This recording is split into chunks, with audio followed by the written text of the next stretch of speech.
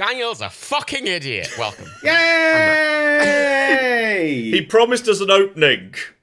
I did promise promise a really 5 good seconds opening. ago. I went, I've got an opening. No, it's important to contextualise when that happened, because it's after Daniel went, oh my god, I don't have my microphone, and then wandered around his house for 10 straight minutes, only to come back to his desk and find it in front of him, plugged in, where he left it. And then proceeded to go, I've got a really good opening, and then immediately forgot about 3 seconds later, and here we are. I'll be honest, I genuinely think within the next 2 hours I'm going to have a proper full-on mental breakdown, and I'd like to discuss that. Oh. I think that's going to be a fun... that's a fun podcasty thing when, I'm at the end of my mental tether. And Is this just heat? No, I've got air conditioning, mate. I'm fine. I'm fucking lagged for luxury. You'll hear my dogs whinging in the background because they're trapped in here with me. Because this is the only... Trapped. They're trapped. They're literally... The door is shut and locked and barred, and Lilith is pacing and going, why? And I'm like, because you'll melt. You're a fucking black dog. I took her out for a walk the other day and she just burst into flames. It was horrific. Yeah, that sounds about right. It's a true story. Well, I can't remember what I was saying. I'm really not here today. But I'm here today. Breakdown. Oh, yeah. So I've got 2 hours. I think we normally do about 2 hours of this. So let's see if in 2 hours I will have a proper full-on mental breakdown. Or not. I mean, if so, at least we've kind of got it on tape, which will be useful for, the mental health services and or police, whichever we need. Oh, normally it's just sad times. You've got this therapy now, you've got your normal therapy later in the week, you'd be grand, mate. Is this therapy? I think we're a kind of therapy so for far. you. Yes. I will point out that this does lead, the way we're recording it today, does lead directly into my therapy session. I'm going to literally hang up this and then begin therapy. I mean, is it kind of in the same way that, Sisyphus did boulder therapy? Oh, here he fucking goes. Straight in. Fuck me. How long was that? 4 minutes? We're 4 minutes into the recording, but we haven't... Okay, I want to be clear. Jesus Sisyphus Christ, is not John. classics anymore. Sisyphus is just a common day-to-day idiom. A Sisyphean task means a pointless hard task that cannot be completed. Where it you've is got just to fuck idiom. your It's mum. not even classics anymore. It's the one we got to fuck your mum, right? You got to, do it and fuck your mum. That's Oedipal. Sisyphean is guy who has to get boulder to cliff. That's the merc with a mouth. Oh, no, that's Deadpool. Never mind. one tick down. Just the mental health, it's like a kaplunk. Yeah, and there's 3 sticks left. And I'm just like, this is going to go wrong, and I'm excited. It's fun. It's fun to know. I like a good kaplunk. I've seen you do a good kaplunk a few times. It's always a hoot. And It's speaking good. of Alright. complete mental breakdowns, Warner Brothers! I was about to say Square Enix, but alright. Oh, I remembered the intro! Oh, here he is! Fucking hell! Wait, okay, everyone just pretend you haven't heard the last 5 minutes and pretend what you're about to hear is the opening. Alright, go! Wow, it's gone. No, I was gonna. I didn't. Yeah. I was gonna be like, "Hi, everybody, welcome to a podcast." Last time we tried to get cancelled, and then I was gonna tie that into Bangkok getting cancelled, but I can't remember now how now. But it was gonna be. Turns out all we had to do was spend 70 million on it, and then Warner Bros. Would have just thrown us away. Matt, do we actually still work for Warner Bros? No, we haven't been involved with Warner Brothers for about 3 years. Oh, okay, never mind. They did just cancel the contract, which, if anything, is thematically appropriate. Yeah, that's good. Yeah, first it was us, and then it was Batgirl. We were the. Should give a minor bit, just a teeny weeny bit of context there. Channel was Machinima. Machinima got bought by another company, Fullscreen. Then Fullscreen got bought by Warner Brothers. So technically, we were partnered with Warner Brothers, and then Warner Brothers fired us. Does that mean you two are kind of part of the DCEU? Kind of. Am I Shark Week? Yes, you're Shark Week. I love the stunned silence after everything I'm saying. It's feeling It's feeling really good. Because it's owned by Discovery, which is now owned by Warner and something else. Warner Brothers Discovery, they merged. Why? Why would you discuss? Why is HBO Max going to be fucking shut down before it even made it to the U-fucking-K? Did you see what happened with CNN Plus, or whatever the fuck it was? Yeah, it was the same guy. Yeah, but CNN Plus was around for a week. Yeah, it was the same guy. It's the guy who's just taken over Warner. It's the same guy. Can I point out as well? Right, I imagine John's seen something like this as well, but Warner Brothers, years ago, I'm assuming they still do it, but after the whole Shadow of Mordor incident with like the disclosure of sponsorships, they became really, really overbearing with it. And they were like, oh, if you want any code, you have to sign this really long contract that basically... But one of the sections in it was, you have to disclose your relationship with Warner Brothers in any context that relates to Warner Brothers. And I contacted them and went, but we're partnered with Warner Brothers technically, so doesn't... According to this contract, we'd have to say that after every sentence we ever say. And they were like, oh, we don't know. And also this contract was like, oh, you can't say anything bad about, like, Warner Brothers movies? And I'm like, what? That was... really overbearing. Well, that was hideous, because Warner Bros. Made some fucking shit movies in there. So, imagine if I couldn't slag off Space Jam 2. But that's it, we never signed it. We never signed it, and I've never played either of the Shadow of Mordor games. What are they called? Are they both called Shadow of Mordor 1 and 2, or is there something else? I think it's something else. Shadow of War, I think, was the second one. Yeah. Shadow of Mordor. Shadow of Mordor. Yeah. And they did the Lego games, and they did the... Lego games were pretty good. Yeah. Alright, they were fun. This Star Wars was alright. I thought it was going to be better, but I got kind of bored with it.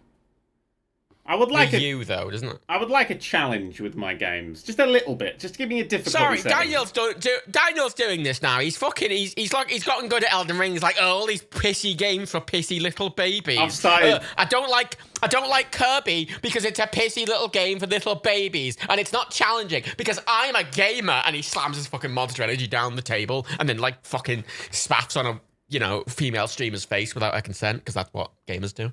Gamers are not allowed to hang out with female streamers. That's classic Ninja when he's like, oh, I can't co-stream with women because my wife gets annoyed. Braless, not asshole.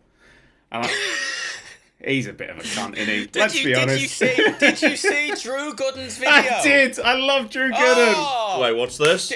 Okay, so Ninja, right. So Ninja did a masterclass. Yeah. On how to be a streamer. Yes, it was. Yes. Was this a paid course? Was this just a big grift? Paid course. So Drew Gooden did a video where he took it very seriously for weeks. He went full hog and he showed all the scamminess of it. Half of it is him just going, dye your hair blue. It really is. And then there's a section where he's like, this is how you ban someone, and then doesn't show the screen.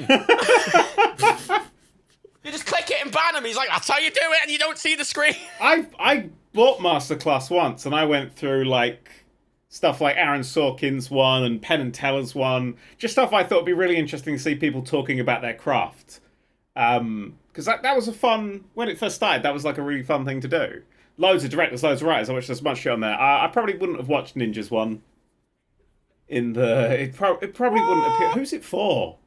Like, well, the problem is you've got to have a really good like course like that. You've got to have someone who sits in the middle of the Venn diagram of they're very good to craft, like so good to craft that other people want to be good at that craft, but they also have to be very good at teaching and presenting. Neil Gaiman at the same time to make a good course that's really engaging to watch. And the number of people who actually have both those skills is probably very limited. Like, there's a whole bunch of like scummy courses. Like, you see this in like finance all the time, where people are like, I'll teach you how to turn $1 into $1 billion in a week. All you need to do is give me $100 up front. It's like, well, if you could turn $1 into $1 billion, why don't you just do it and have $1 billion and not spend your time selling, courses to idiots? Like, why don't you just... That strikes me as an odd thing for you to be doing. Why is this your living, rather than just taking all your money and turning it into 10 times as much money, given you apparently know how to do that and can reliably teach others to do it? No, John, so you've got people who are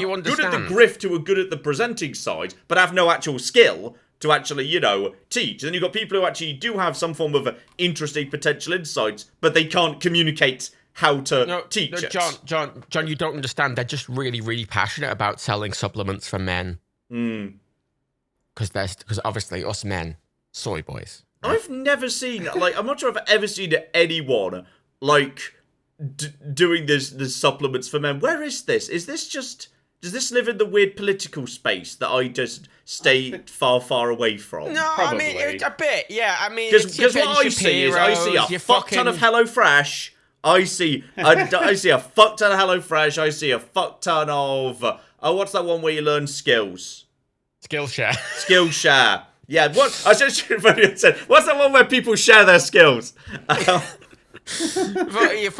your NordVips, you got your You got your morning brew, which is just a data harvesting scam. You see, I don't see that one. I don't know if like maybe like you can learn something about yourself based on the content you watch. What like sponsorships you get more than any other? Because I swear I get so much more HelloFresh than anything else. And like, does this say something about me? No, I see HelloFresh. Like, does it make me a wanker? Can I just briefly say something? Oh, well, yes. Yeah. Download sponsor block because it just basically skips those bits of the YouTube videos. Fucking ace. I did it. I got it. It's great. It's great shit. I've never seen a sponsorship thing. But, right, here's there's two problems. The only ones I like are Jay Foreman's. Because they are very funny sketches in and of themselves. I don't watch them. I can't stand it. Even if it's good, I know it's if it's deliberately advertised. Some people integrate them really nicely. Do you ever watch Oversimplified History? No. Yes. They integrate the sponsorships in a really fun way using the characters that they're talking about at the same time. And it's fun. I hate it. I can't. It makes my brain itch. I always skip. But this is the thing. The ones that really fuck me off the most are mainly the ones for Honey and literally the one I just mentioned. I've never seen integrated Honey. I've seen Honey as like the 30-second pre-roll. I've never seen an integrated Honey. Well, not sorry. Morning Brew. Honey and Morning Brew. Am I having an episode? Honey is a browser extension owned by PayPal that automatically applies like discount codes. Right, not actual Honey. Carry on. Yeah. And Morning Brew is this like eventually if I just showed up and someone would submit a video, and now a word from our sponsor, bees! Bees have paid me. They do need the attention, bees. They do need the money. No, all right. Honey and Morning Brew. Morning Brew sends you aggregated news emails every morning. Wow, I'm here to tell you about Honey, and if I don't, the bees will sting me. But the whole thing about both these things is that they are free services, right? So like you just get it. It's free. It's not free. They're stealing your data. That's what they're doing. Amazon owns Roomba now. Oh. Amazon have cameras outside your house, cameras inside your house, microphones inside your house. They really want to see me wanking. Wait, does a Roomba have cameras and shit? Yeah, it has cameras. You should do kind of have just like a little sensor to detect whether something was in front of it or not. The higher end ones, John, have not only do they have like full LiDAR and stuff like that, they have cameras, and some of the more modern ones you can actually remote control them and use them as remote control security cameras. It's like radar, but for not the truth. It can detect lies. It won't clean Alex Jones's house. It fires basically infrared out and reflects it back, and it can just tell it's a depth sensor. Basically. So basically, it's 3D like it's mapping the room around it. Yeah, with 3D, and then it can use. And modern ones use cameras to also apply like actual, literal visual data to it, so you can look at it. But also, I say you can remote control them around and just look at the cameras and use them as like a remote control security camera, which is weird. So logically, like Amazon's using this to determine who has how many rooms and what rooms. No. You can scrape that data really easy from things like floor plans and other places. What I think they're going to use it for, if they're going to use it for nefarious things, is like, oh, you've got this kind of table. Here's the thing that goes with that kind of table. That's it. That's legitimate. I see all this shit that happens. That's the best example you could come up with. This is why you don't run the evil corporation. I genuinely don't give a shit, right? Have my data. I'm not like I don't care. All these things. It's like oh yeah, but if you've got an Alexa in your house, then I mean this does make a lot of sense. This is why the Roomba was like hovering suspiciously in the room. That whenever I'm watching porn and wanking, yeah, that makes a lot of sense. I mean, what's that going to do to my career? For a video of me wanking comes out, everyone's going to be like, yeah, that's Dan. And just carry on. It's great. Nothing's going to happen at that point. But I just don't give a shit. All these big corporations have got your data. All right, fuck off. I don't care. I block all the adverts. That's all you get out of it at the moment is adverts. If I'm planning a coup, I'll probably unplug the Alexa, is all I'm saying. In the States, I think it's a bit different. Over here, it's one thing, but in the States, it's a lot. In the States, they'll come in your house and shoot your dog just because you're just black, I suppose, is the ending of that sentence. There's 3 people who did the crime. They're stabbing Joe, a white man, raping Billy, a white man, and just Keith over there. What colour is his skin? That's my impression of the police in America. That was American police officer, was it? That was my breakdown. One more tink. There he goes. Kaplunk his hat. Steve Martin teaches a good masterclass course. Anyway. Really? Yeah, Steve Martin's. Samuel L. Jackson does an acting one on there. Really I was about to say, is his like stand-up comedy, acting, which exact like... Because the man's got many hats. Basically, he goes through all of it. Is his masterclass? Wait, does he do a banjo masterclass? Because I would watch a Steve Martin banjo masterclass. No, he does not do. I think he whips his banjo out at one point though. Of course he whips his banjo out. He brings his banjo to everything. Oh my God. Everything he's in. He's always got a banjo. Hillary Rodham Clinton teaches the power of resilience.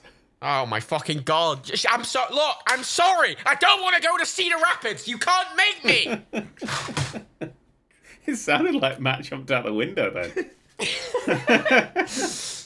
That's yeah. So if you want to know how to be resilient to stuff, ask the woman who's lost an election to Donald Trump, which is incredible. That's an incredible thing to do. Yeah. Anyway, and also is married to Bill. Oh yeah. Oh, I always forget that.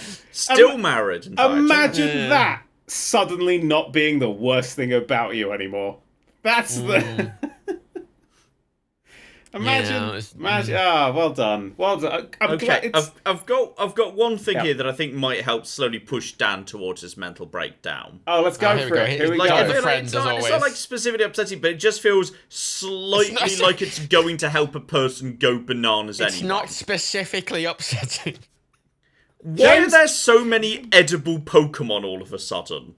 Okay. Why can you eat so many of them? What the fuck is happening? When did this happen? There's a dog made of dough. Right, his name's I'm gonna say this now. Fido, if he doesn't evolve into thoroughbred, I'm gonna be No, I said fucking purebred. I say purebred. Ah, thoroughbred. That's what he needs to be, not purebred. I Thoroughbred. don't think there's enough characters for thoroughbred.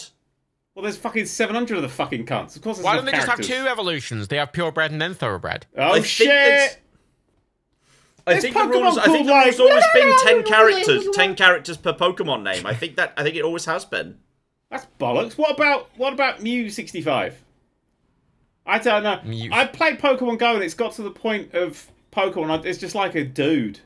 And I'm like, no, yeah, I've been playing it a lot more. I mean, it's the big dude from the beginning. Just, Ash's mom does have that Mr. Mime who applies suntan lotion to her when they go on holiday, and it's all slightly weird that he's sort of a slave, sort of a pet. Okay, I've just opened my Pokemon Go. There's a monkey with a broccoli on his head. That's it. That's all it is. That's quite. Are we all right with Mr. Mime? Well, no one's ever been like. There's always been questions about the human style Pokemon, especially like when the Pokedex specifically says, "Hey, this is Alakazam. It's way cleverer than you are." It's like, well, then why am I its master? And why does it live in a ball to fight at the commands of a 10-year-old if it's smarter than any human being on Earth? It's not that smart, is it? Because it literally lives in a fucking ball doing cockfights. John, I know you may not have heard of it because you're a 18th century ghost, but there's a thing called slavery. I think in the 18th century, John would have been very much aware of slavery. Wow.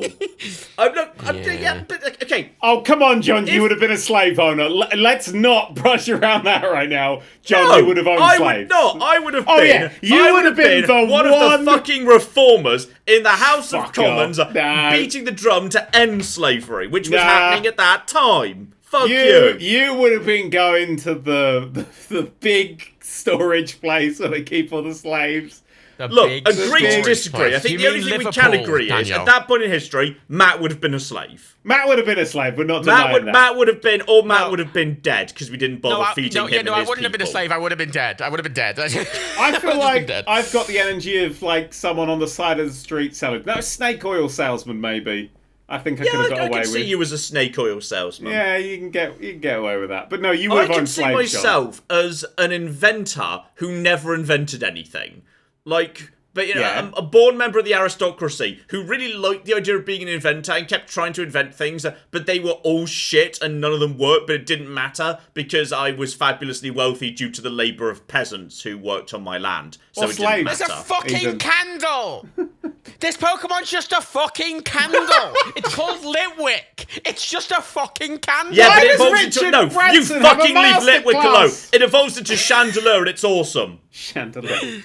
Sorry, Richard Branson. What is it? Is it just him talking about that one time he was on Only Fools and Horses? I did it then specifically because it teaches disruptive entrepreneurship. So I was being disruptive. I hope that. You mean the man whose every business he's owned has failed? Oh, he killed some people in a spaceship crash. So That's what I know about him. Yeah, I mean, he called it Virgin, which was a great name. That's not got no connotations in the slightly negative way. This one's a bumhole! Oh, I know the book what you're talking called. about. It's like green or something, isn't it? No, solo sis. It floats and it's a bumhole. Oh, it's a boat with a bumhole in. No, solo sis is yeah, that's a great... solo sis, yeah. You know, I don't look at that and think bumhole, because my bumhole's not a diamond. Oh my God. You've not looked at enough bumholes, John, I'm clearly. not sure what's wrong with your ass, but mine's not a gaping diamond shape. Well, depends what you put in there, John. Mine is. Just Matt has seen mine as well. It's my whenever No, please Well, don't. he said he's seen me kaplunk a few times. I mean, that's what he was referring to. I've seen you faint, and I've seen you punch a door. Like, I think that's enough. Not at the same time. No. Well, Will Wright's on this. He teaches game design and theory. That was a really good one. who? Will Wright. Oh. Will, Wait, who else? Sorry, this is not an advertising for Masterclass. Just watch Dugan's video. oh my God, Bill Clinton's on here as well. What's Bill doing? Oh, Tony Hawk teaches skateboarding. I feel like that would probably need a bit more of a practical exam. What's Bill doing? He's teaching inclusive leadership. I mean, he included quite a lot of interesting things in his leadership. Oh boy. Whew. I mean, I went to the website and the one at the top is just Neil deGrasse Tyson, who's just got to teach you, I'm assuming over 30 hours, how to be a cunt on Twitter. He's such a fucking piece of shit. Actually, Daniel, shit is actually not in pieces. I'll have you know. He is the most intolerable when you spread everything human out, being I've ever... It's just molecules. You actually breathe shit into your nostril. He's one of those people who thinks he sounds clever, but he actually just sounds like a wanker. Like Brian Cox as well, but Brian Cox isn't as bad. Brian Cox has got a little bit of the actual awe and majesty, but Neil deGrasse Tyson is, look at my giant science brain! Look at all the facts I can pull out. Elephants can't jump. Ooh, I'm Neil deGrasse Tyson. I'm on Twitter now. Oh, actually, related to the... That'd be like a whole mass eating shooting. Pokemon He's thing. like, actually, it's not considered a mass shooting unless 2 people are killed. And you're like, fuck off, you dumb cunt. Actually, it's not literally. If it's not literally... Natalie Portman teaches acting, which is interesting, because I've never seen her do it. Harsh. She's good in that SNL rap. I'll give her that, but I don't like her in... Sorry, did you think that fucking Star Wars Episode 1 was a fucking classic of the... No, but genre? she's been in other things. She was in that, what was that post-apocalypse thing? She was supposed to be quite good in that. That film, you can remember the name of. She was that good, Yeah, you remember the she name was of so the good film. in Fallout. Whatever the fuck it was. This isn't hard to fucking check. I've got the internet in front of me. Was the worst bit of the MCU. I haven't even seen the new Thor because she's in it. I haven't because, I went to France that had fucking COVID, so we've been kind of not been able to make it to the theatre. Oh, shit. Oh, fuck off. She was in Black Swan and she was really quite good in Black Swan. Really quite good. Wow, I want to be taught by somebody who's quite good. Matt, here's one for you. Chris Hadfield teaches space exploration.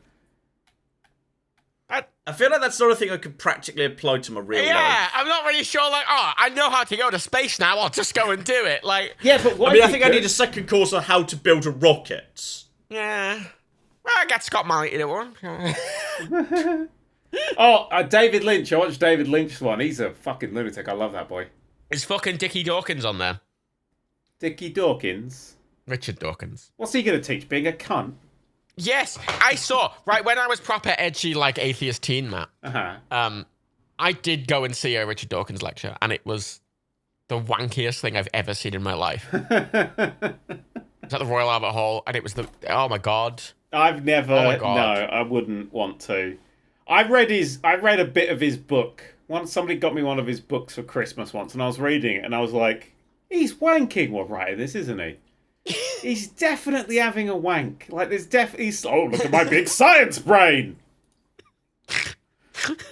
R.L. Stein's teaching writing for young audiences. I kind of regret I haven't seen that one. That sounds really good. That sounds fun. Every time I've seen an interview with R.L. Stein, he seemed like really fun. Really fun. Ringo Starr teaches drumming and creative collaboration. Can he not teach Ringo. narrating Thomas the Tank Engine? Ringo, known for being the best drummer in the Beatles. Sorry. Okay, guess what this one is? Metallica are on here. What are Metallica teaching? Makeup. Ethics and games journalism. No, they're teaching being a band. That is the thing they literally are, yes. Yeah, all right. You got that. What's that involved? Just being like, is his gym? Oh, look. Oh, look at that. Hello, that's it. Oh, look at that. Helen Mirren teaches acting. Imagine you could actually get acting classes from someone who could act, or Natalie Portman. But you know what's amazing, She right? was You've got all also these good in classes. V for Vendetta. No, she And wasn't. Garden State. That's a film where she got out-acted by Stephen Fry. That's That's true. not hard. All these fucking people, all these famous people. And you've got Annihilation, Ninja that was telling the you how end to of the dye your world hair. film she was in where she was good. Oh, with the big bear. Was she the big bear? Because that was the best bit. The Big Bear? Annihilation, Wait, what? another one with a big bear. Bear monster thing. The one with the weird wobbly aliens. Was it a bear? I thought there was a big bear thing. Big bear thing. You're right. Is that Annihilation? I'm I gonna can't search remember a Big Bear thing. Annihilation bear. Bear. The mutant bear scene. Yeah, it's the one with the okay. big fucking bear. She played Jackie Kennedy well in Jackie. I'll give her that. Okay, good. She played a Kennedy well. Yeah, which is it's such a low bar, admittedly. So I've got a new segment for the PodCats. Oh, God. I've been trying to listen to other podcasts. Is it I hate scientists or I hate Natalie Portman? Which is it? I like scientists. I don't like cunts. I mean, Natalie Portman in The Thor does play a scientist, so we can I sort will of just... listen to every single thing that comes out of Richard Feynman's mouth. Everything. It's amazing shit. But I don't like people who like, ooh, look at my science brain. Ooh, yes, monkeys went like this. Richard Dawkins just knock off fucking the other one, innit? The one I'm thinking of. Yeah. Say yes, and I'll stop talking. Carl Sagan. What's his name? Who did the thing? Oh, the other one who did the thing, With the right. monkey. I need more than that. With the monkeys and evolution. David Attenborough? No! The monkeys and evolution. Darwin? Charles Darwin. Dawkins and Darwin. He's a knockoff, and he's trying to be the new Darwin, but he doesn't eat as No, many he's turtles. what? Yeah, he is. No, he is. He's trying to be that, but also being a sexist. Yeah, and just generally a cunt. I mean, I can see what he's going for. I mean, Neil deGrasse Tyson's always been a just kind of cheap Carl Sagan knockoff without the I love wonder. Carl Sagan, yeah. Is this? But that's it, Carl Sagan. But he was Carl Sagan's, fucking what's the word I'm looking for? Is it a French word? Oh, yes. Croissant. Boulangerie. Yes, he's Carl Sagan's croissant. I'm a French expert at the moment. I was in France the other week. Oh, Did you I'm say so bonjour sorry. like 3 times? I did. I said other things Wow. too, but I gotta be honest. I was feeling quietly confident, but then everyone spoke really fast, and there were other people around speaking at once, and I completely failed to keep up. I can Excellent. imagine John in on a French holiday looking like Mr. Bean at the beach with just a suit on and just his trousers rolled up, and he's like, bonjour, bonjour. Okay, you're not wrong. I was wearing a suit, but in my defense, I was at a wedding, so it was kind of appropriate. If I'd showed up in shorts and a Hawaiian shirt, it would have raised eyebrows. Did you? Daniel will turn up in shorts and a Hawaiian shirt to literally anything. I'm wearing shorts and a Hawaiian shirt now. Are they pink shorts? Do they have Snoopy on them? Orange shorts today. Oh, well, Lottie da, Mr. Frenchman. Because I am a dietist and I go to the gym now. There's the thing. It's true, I go to the gym. I do gym now. I'm losing weight. I've lost 12 kilos. I go to the That's gym. a lot. Yeah, I know. Fuck lost all of about- you. Not too fast, I hope. 80 days. It was my 80th day, I think, went today. Okay, I've lost- that seems reasonable. I've seems lost like a 10 good rate. kilos. You lost I've 10 lost 10 kilos kilos in the past 10 weeks. Oh, that's bad. Ooh, too fast. Too fast. Oh, speedy. There's a reason. There's a medical reason for that. Oh, yeah, you shat your lower intestines out, didn't you? Would you like to No, celebrate? I finally got diagnosed for the reason for my fatigue. Yay! What is it? I have hypothyroidism, Oh, what's that when which it's is at home? underactive. It just means you have an underactive thyroid, And if you have an underactive thyroid, it means that your metabolism is really slow and you just don't lose any weight, which means my average calorie intake of 1,200 a day was just maintaining my weight. And now I'm on replacement pills. My body's went, oh yeah, that's not enough. Yay! You need to eat more. I'm all right. Come to my house. I'll give you nachos. Isn't like an adult male supposed to be 2,500? 1,700 is what I'm on. I do calorie counting. I can't do that. I find it not fun. No, I agree. I can't. Oh, you're right. Counting. Yeah, dieting's not that fun. But I am a dietist. But if I tried to like lose weight or get fitter by doing something that wasn't fun, I just wouldn't keep doing it. So it needs to be like something that's still fine, like slightly more sensible portions, being a bit more John active, needs but his doing fucking fun vegetables shit. fucking given to him. Like, here comes the airplane. It's not fun. He doesn't like eating his vegetables unless it's delivered via fucking little fork airplane. Isn't it? It's just open wide, John. It's just discipline. That's all it is. I'm getting discipline. I go to the gym. I like the stair machine. Where you have to climb stairs. By the way, Rebecca keeps sending me photos of you two at the gym.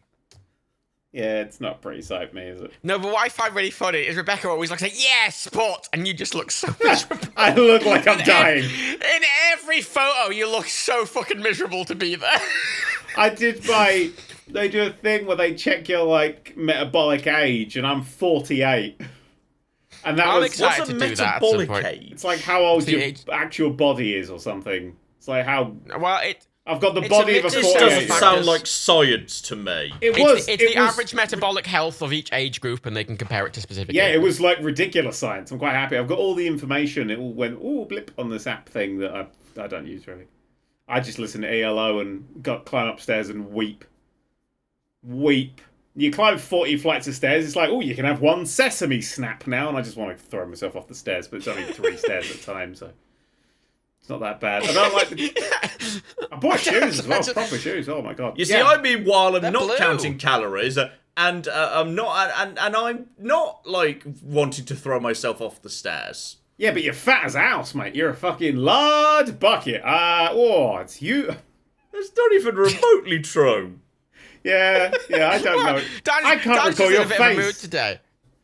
Admittedly, you two have only ever met once and for about 3 minutes, and I had to force Maybe Dad it. was just in a rush to get away from me, or it was catch a train. It was one or the other. It was to go to Five Guys before he caught a train. Yeah. That's what the rush was, because it was outside the Five Guys. You know what's weird? That day, in the space of about an hour, I saw you and John and Ashens separately. Yeah. And none of you met. Well, aside from you and John very briefly, which was And really I- weird. And John didn't meet Ashens. And I met Ashens. but this is the thing, right?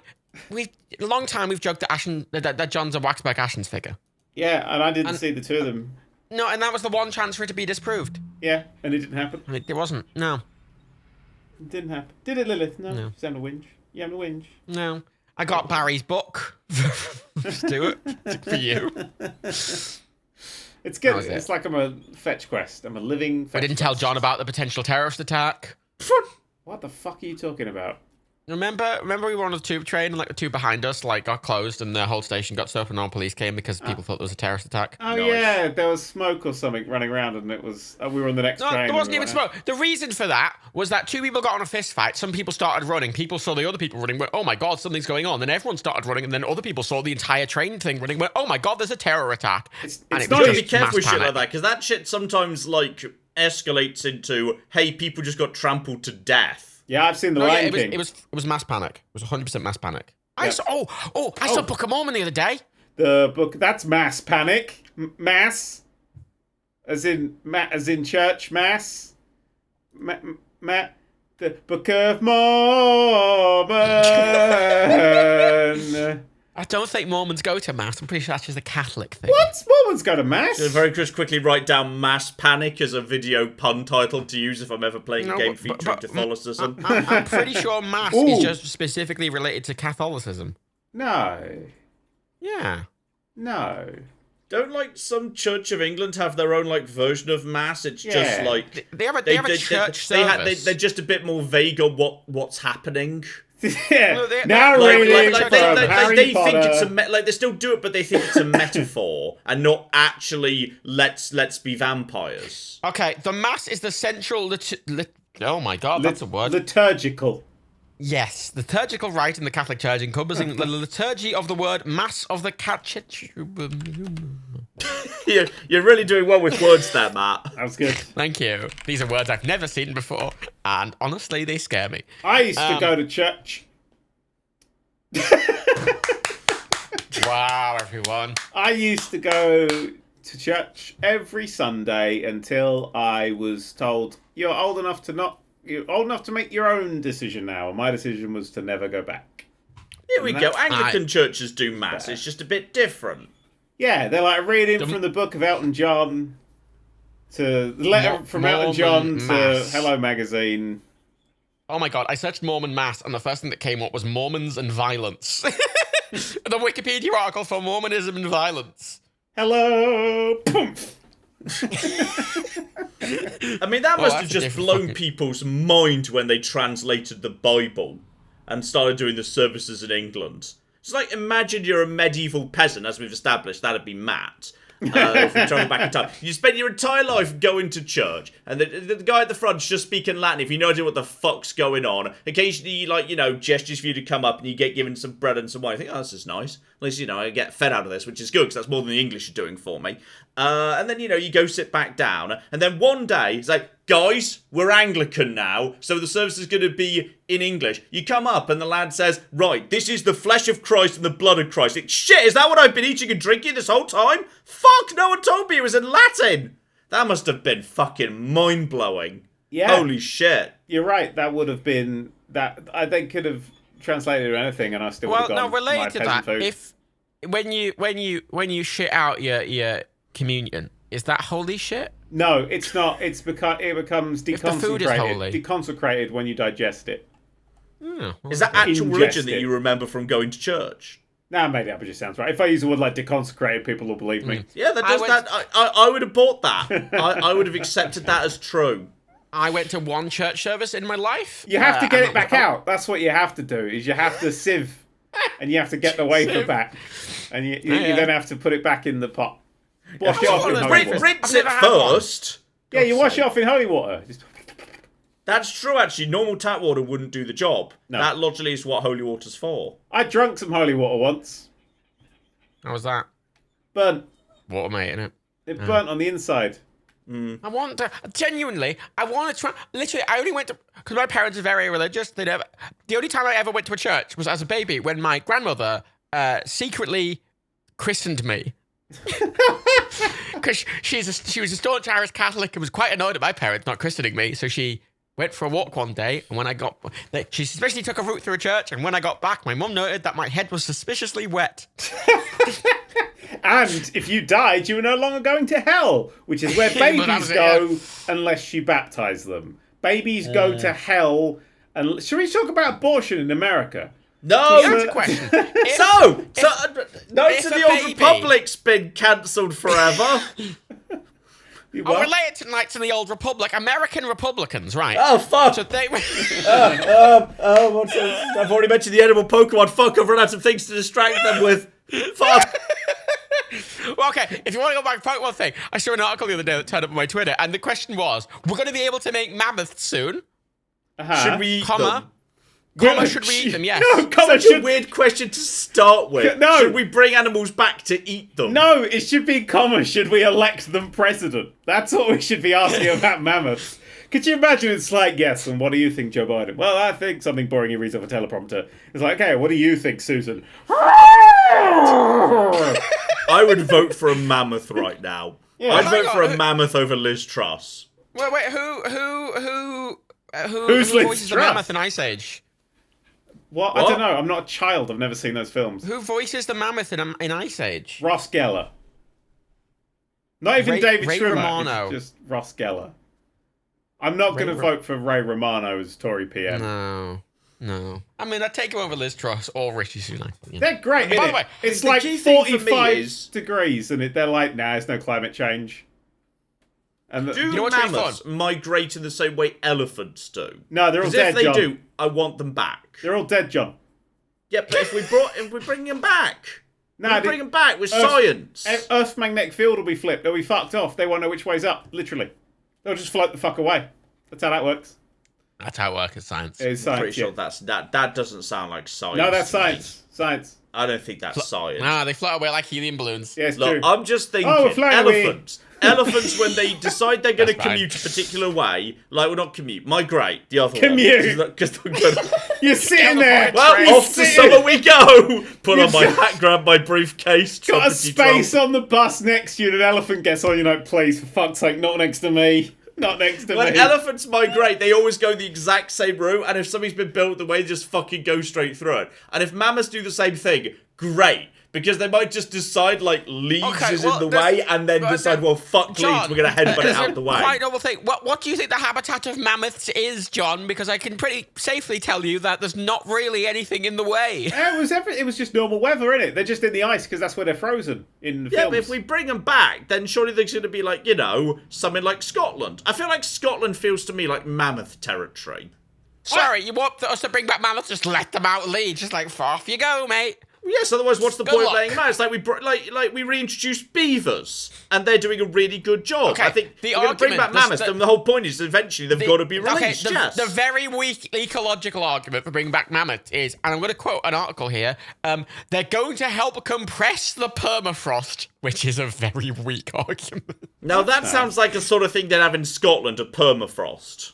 If we can clone I don't dead know if that was things, cloned. wouldn't it be funny to clone Hitler and get a new Hitler and then put him in like a Truman Show style bubble and see what happens? I'd watch it. To like verify nature the Hitler versus show? nurture or something? No, just Well, like you have like an Truman Eva Braun knockoff fucking advertising Cocoa Pops like in Yeah. the middle of the show. Yeah. I mean, I know we've been through the BBC did make a sitcom about this, but like a reality TV show starring the actual Hitler. Like, you could put him in anything, and it'll be like a running gag across, like Love Island, but Hitler's one of the contestants. And they don't know, because they're on Love Island, so they don't know who he is. Like, oh, Adolf's a bit of... I've never seen Love Island. I don't know what it's about. But they'll be like, oh, Adolf, oh, I like him. And he's like, yeah, he's got his hair like slicked to the side and looking really badass. In that dumb, ugly way that he did. He's a piece of shit! I'm not trying to advocate Hitler was a good person when I said... But you are trying to advocate bringing him back from the dead and then raising him to celebrity But status. only for fun. I want to bring Hitler back from the dead only for fun. Yeah. I'm just trying to say, I think, like, when both of us No! get our Oh turn my God! with the bring people Oh back my from the dead God! machine, and you bring back Oh Hitler and my I bring back God! a mammoth, history will be kinder to me. Jurassic Park, but with historical figures. No takers? No, I've got to be No, honest. I immediately Well, thought of sorry, one. I immediately thought of a sorry. joke, and then immediately thought, "No, I'm not saying that out loud." No, Then wait, I thought of no, another one. I thought, like, "I'm not just saying like that a out loud herd of either." Hitlers So basically, running. I've just thought of 3 jokes I'm not ever saying out loud again. John, No. you already got cancelled last time. You can say whatever you want. No, I'm not. I'm not fucking saying it. John, with all due respect, all the lovely people at home already know you really hate people that No, have a skin tone darker not than doing like... it. All right, I'm just focusing on bringing back mammoths and reintroducing them to Scotland. I don't care whether they were in Scotland originally or not. I just feel I like see there need what to be happens. mammoths in See, Scotland. And while we're No, there, this is- Herman Goering. Bring back Herman See, Goering. you know what John's doing here, everyone? John, right? We're trying to talk about racial justice, and John's just trying to shout you with mammoths. Yeah. That's how much John cares about your rights. John was just happy really the Batman like film was mammoths, cancelled. all right? And I just feel like there's not enough giant mega beasts in the world Oh, today. you know what? You should vote for Liz Truss. She's going on about fucking opening new pork markets. Like fucking No, I think, British Oh, apples. so- I God think help that's us a all. euphemism for fucking Boris Johnson. Anyway, so that's a no on the bringing back fascist park is what you could call it. And you I could mean, just all I'm imagining is just like... It's just like a bunch of just grown my men God. in a big paddock. yeah, no, Just- right? But no, here's the thing, right? Okay, Dan, I'm just going to point out to you. Yeah. Like, we have a series of, like, the scenario you're talking about, where you're basically saying Jurassic Park, but fascist leaders of the past. Yeah. Right? we have the Jurassic Park extended films, all the films they've made, and they specifically point out, hey, there's a risk that the creatures we brought back might find a way to reproduce, multiply, escape the island, and potentially take over the world. But Jurassic Like, Park that's is been not... specifically raised as a possibility. Why would you want to therefore do that with Hitler's? The theme of Jurassic Park is not bringing things back from the dead is bad. It's that cheapo capitalism is bad. If they had invested the money properly and actually, you know, not spared any expense, everything would have been fine. I feel like that's not in any way the message of Jurassic Park. That's the message of Jurassic Park! Bringing the animals back is fine. It's just the shit capitalism that lets them get literally out. the one bit everyone remembers, the one like everyone remembers from Jurassic Park is, you know, whether they could versus whether they should. Like, it doesn't matter how much money you spend. Some things maybe you just shouldn't fucking do. No, that's referring to cheaping out the electric fence. And not having a backup generator. That's I don't think he was talking just about the electric fence. Yeah, it's all about capitalism, John. You've completely missed the point of Jurassic Park. Sorry, irregardless of what the fuck happens in Jurassic Park, it doesn't change the fact that if you had a bunch of Hitlers on an island, I can 100% guarantee you a gang of fascists are going to break into the island and steal Hitler. No, but here's the thing, right? There's loads Even of if one of the Hitlers doesn't somehow, like, become woman Hitler and then they start breeding new baby Hitlers, as happened in Jurassic Park. No, right. Because we had to fill in the Hitler, like, gaps in his DNA with toads. You get Hitler, right, and you make a few of them, you unleash them onto an island, and then you pay for people to go on a hunting safari where they get to hunt the most dangerous game of all. Why do you want to bring back Toad Hitler so much? You can hunt Hitler. Sorry. You can blow Hitler away. You can tie him to a catapult. I've got a better idea for you. Why don't we bring back anybody who's not Hitler? Because why do you want to kill anybody who's not Hitler, John? Well, why do you want to set up the hunting safari anyway? For Hitler! There's a Voyager episode about this exact thing. Wait, really? About Hitler Park? Yeah. Well, no, it's the one where the Hirogen take over Voyager and they make a fucking hologram and they're like, oh, I'm going to be Hitler and we're going to hunt down all the non-Hitlers. And then they're like, oh, Hitler's cool. I'm like, maybe we should do this the opposite way around. And then they learn that being Hitler's bad. Yeah, so being Hitler's bad. That's why I want to go kill Hitler. That's what I'm saying, is why don't we just clone Hitler so everyone can have a pop at him? I mean, there's... Death's too good for Hitler is what I'm trying to say. Let's bring back Hitler... and let's put him in a jungle and let's have people hunt him for sport. And also maybe put him on things like Love Island and the Crystal Maze. Jungle's even worse. You could just, if he just gets into the jungle, he could just get out the other side. And then he's in Argentina. Yeah, I was going to say. It's on an island. It's obviously on an island. That never goes wrong. We're not going to invent like flying Oh yeah, obviously. Because things. obviously I remember my history lessons. Hitler's soluble. He can't swim. Yeah, and as we know, the Argentinians will just leave islands alone. They're known for it. We'll give him a bit of witch DNA so he can't get wet. That's a lot of silence for a really good idea. I'm just saying, we use the machine for mammoths first. You're right, Daniel. You see, you can generally tell Daniel's state of mind by based on how manic his suggestions are. I've got an idea for a segment for this show because remember this? We don't do enough segments. I've been listening to podcasts and it just becomes us descending into talking about Hitler almost every time now. So I figured let's have a segment where we talk about like something specific and people will be like, oh, I'm always looking forward to that segment. That's gaming! It's supposed to be gaming! Here's my idea for a segment.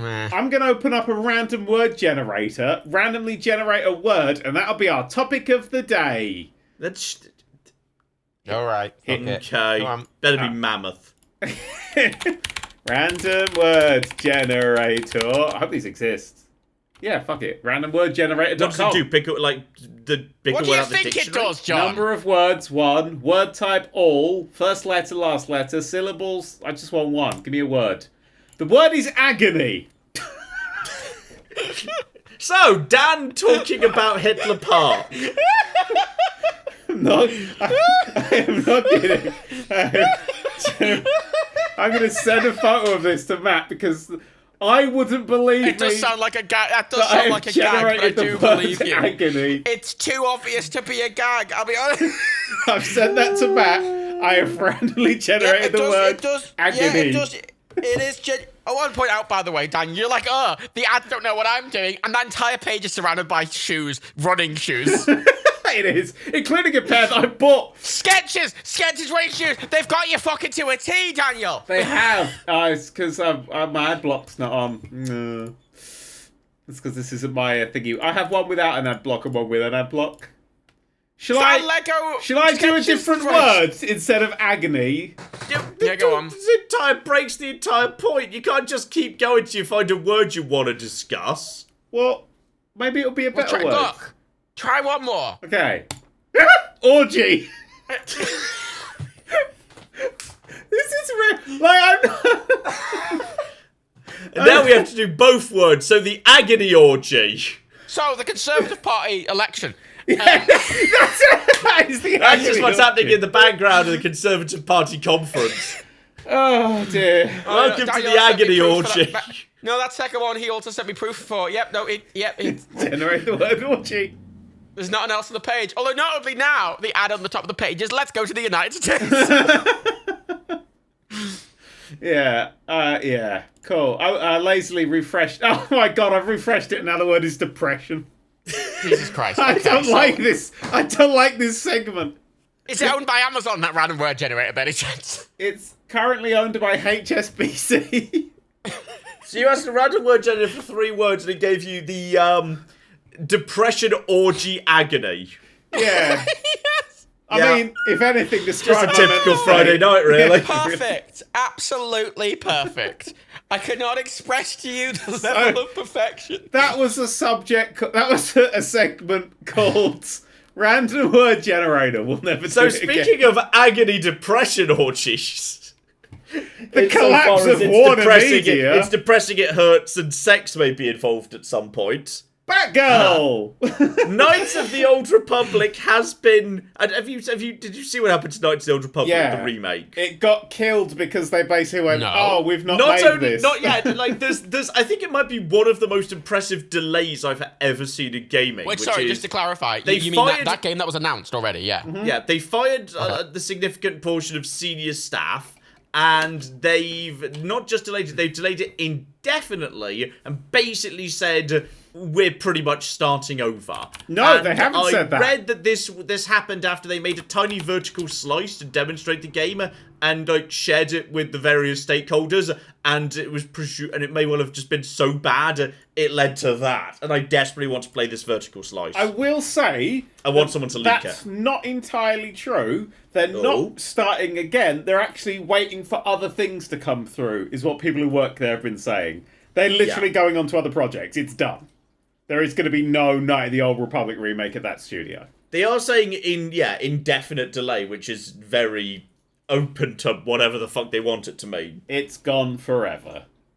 Well, Which might mean, I think, still the most impressive video game delay of all time, therefore remains Bloodlines 2. Which not only shed its senior staff and got delayed, but was moved to a secret developer, which Paradox, like a year on, has still refused to identify.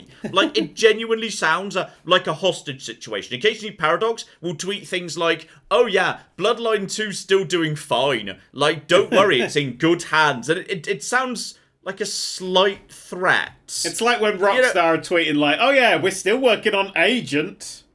I was thinking more like, when you just kind of get a letter saying, don't worry, your daughter's perfectly fine. As long as you don't call the police, she'll stay that way. It's like, I don't know, I'm suddenly concerned by the fact that they're refusing to say where Bloodlines 2 is, who's with Bloodlines 2, and what's going on. It's been a year. It's literally with a secret dev team that no one's willing to talk about. I saw a discussion the other day about why we're getting more and more games get announced with a really vague teaser when they're really early in development rather than waiting. Is it something to do with money? I bet it's something to do with money. Oh, I know. Is it because Sony are like, shit, we need to sell PS5s?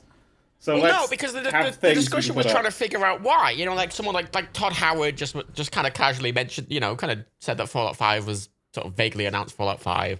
Which is kind of weird, because Fallout 4 he didn't bother announcing till 5 days before it came out. No, but that's the point. Like, I feel like a lot of the game announcements are getting like, they've announced Knights of the Old Republic remake, and they're kind of, what's the point in announcing it? They're not getting pre-orders for it at that point. It's not done.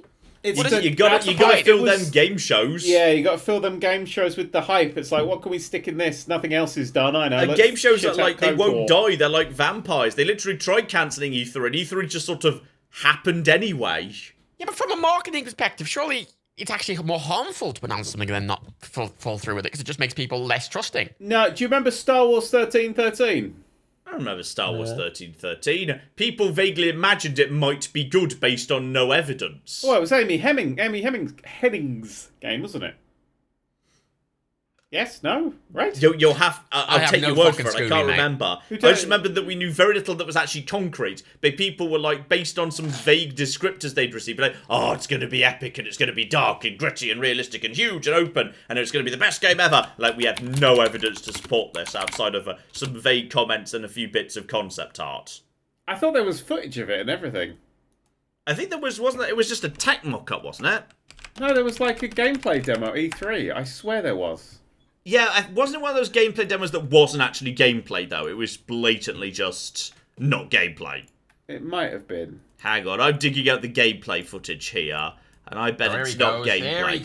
Okay, cutscene, that's a cutscene, that's a cutscene, that's a cutscene, that's a cutscene, that's a cutscene. I'm halfway through the gameplay footage and there's no fucking footage yet. I mean, there's gameplay shooting in one corridor. No, there's I can see that there's, you know, a UI in the corner. I ain't seeing much in the way of, oh, there's some basic cover-based shooting, where the guns don't appear to have much impact. Oh, well done, it's a fucking tech demo.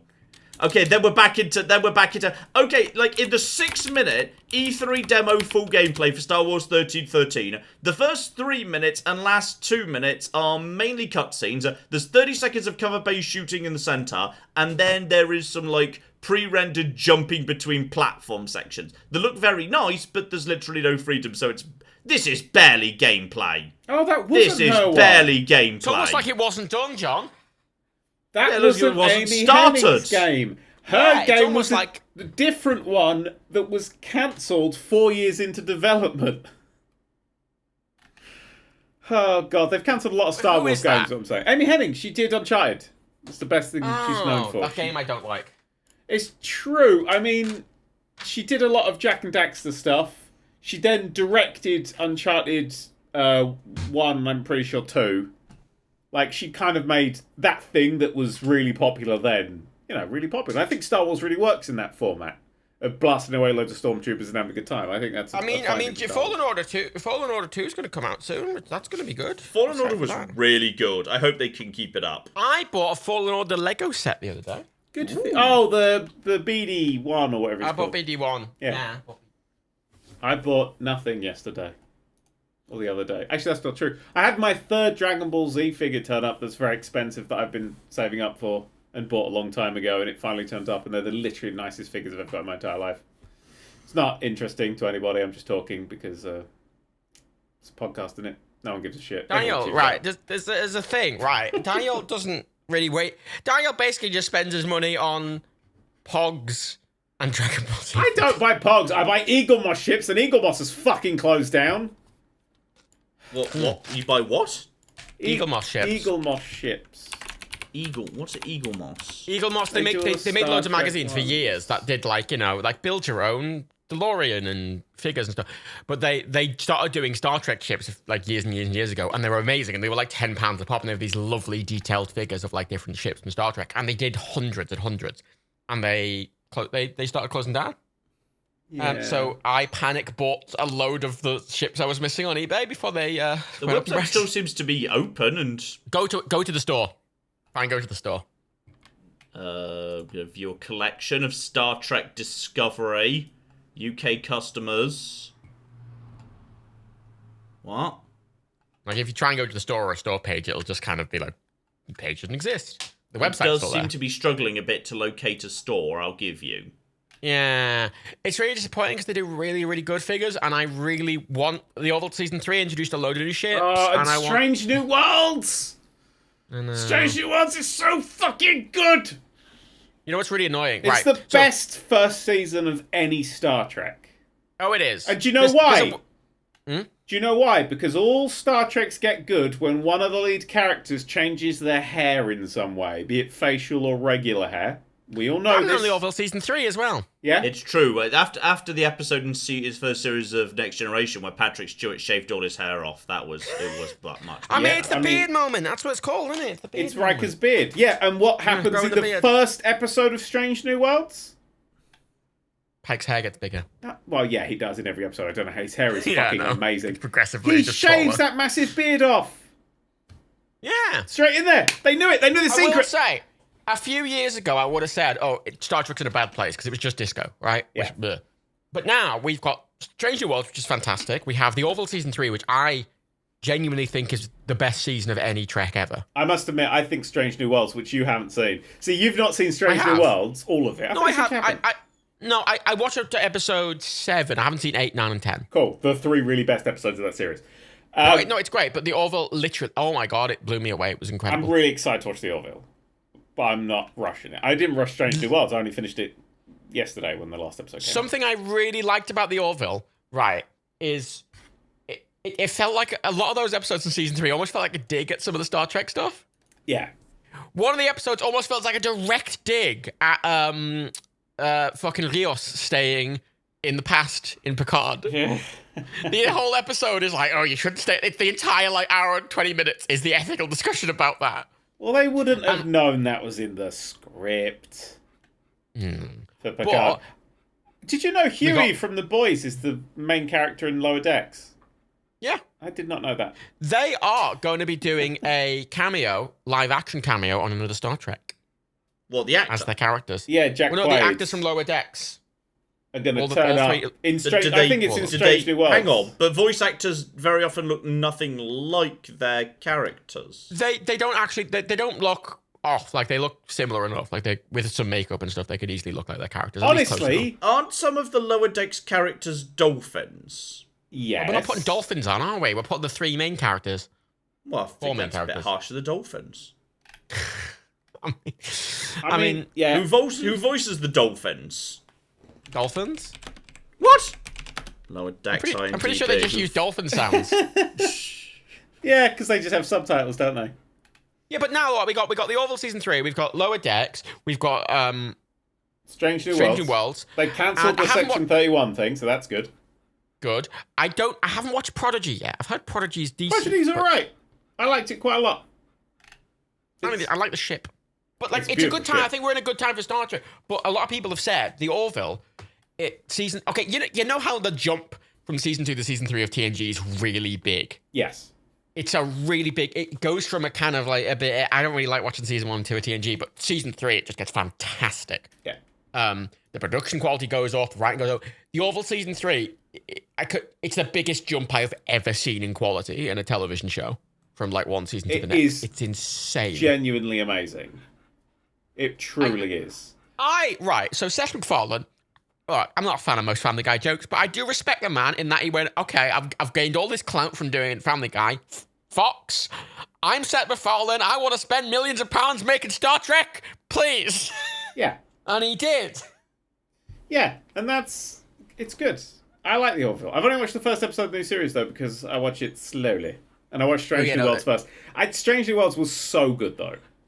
Oh, no, it's fantastic. It was new. That's the thing. It was like proper. Yeah. It's the first Star Trek that has felt like Star Trek. Because Lower Decks wouldn't exist without TNG.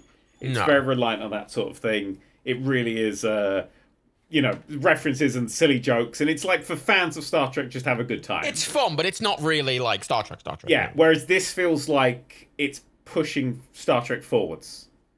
That's what the Orville season 3 felt to me as well. Like they're both fantastic, I think. It's a good time. I gotta catch up with that. I found the Orville season 3, one of the things I really liked about it, and I hope gets brought into Strange New Worlds and other Star Trek more, is the Orville season 3 really went for, you know that 5-minute scene in Star Trek Motion Picture of them just flying around the Enterprise going, isn't she pretty? Yes. For like 5 minutes.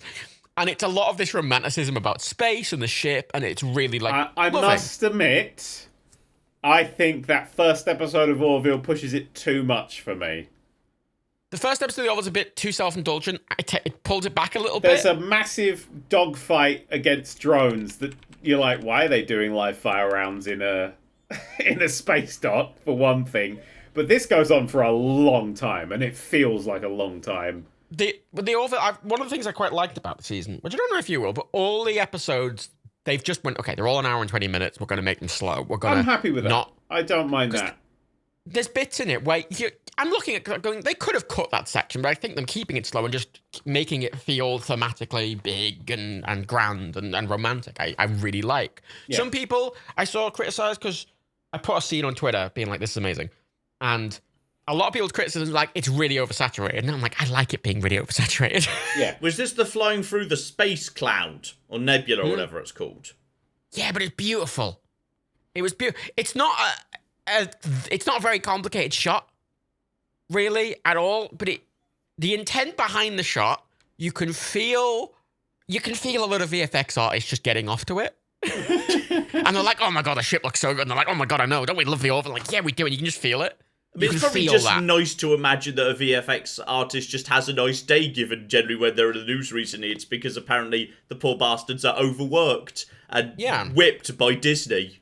Yeah. But this is the thing, right? And when I watch Strange New Worlds, it's not a problem I have with Strange New Worlds. I think it does really good with it. The problem I have with a lot of modern Star Trek and most modern sci-fi is that it goes for darker, like visually darker, right? And it's more realistic. Strong disagree with Strange New Worlds. No, I said just Star Trek generally, not Strange New Worlds. Like, prior to Strange. Yeah. It's been dark. And Strange New Worlds does make it brighter. Especially the main sets, because they bothered with the actual original Enterprise colors. But it's still trying to pull it back a little bit versus, like, the 90s and the 60s, right? I would say before I gave up on it, Picard was boring and grim and dark. Picard's terrible. I forgot Picard was even a thing. Awful. God awful. It just seemed to be quite miserable a show, really. It was, but this wasn't really much like space or wonder or anything. No, but that's what the Orville season 3 really feels like an almost aggressive overcorrection to that, but I'm fine with it. Yeah. They're just like, it's going to be bright and wonderous, and I'm like, yeah! So what if it was grey and brown and all set on Earth and there was no spaceships? Look, it's 2024, it's LA, with some posters, and I'm like, yeah. Also, right, do you want to hear something? I read into this a bit. Did you watch season 2 of Picard, John? God, no. I didn't even make it to the end of season 1. I did. In season 2 of Picard, there's an important note, right? There's an important continuity thing that me and Daniel have questioned a lot of people, in that Picard goes and sees Guinan in, like, 2024. Right, Whoopi Goldberg's character. God, so horrible. And she doesn't recognize him, even though they met in the 1800s. That's a very well-established thing. Yeah. Well, in all fairness, I sometimes forget the faces of people I met last year, so I think that's forgivable. But in that episode, it's like Whoopi Goldberg's like, remember the first time we met? And Picard's like, yeah, and she's like, oh yeah, maybe she remembers really well. And she doesn't even recognize the man at all, doesn't know. And the argument, the reason for that, the showrunners came out and said later on, was that because the universe they're in is so drastically changed and the Enterprise never happened, they never went back in time to meet Whoopi Goldberg in the first place. So she wouldn't remember him. Then why was her Barkle 10 forwards?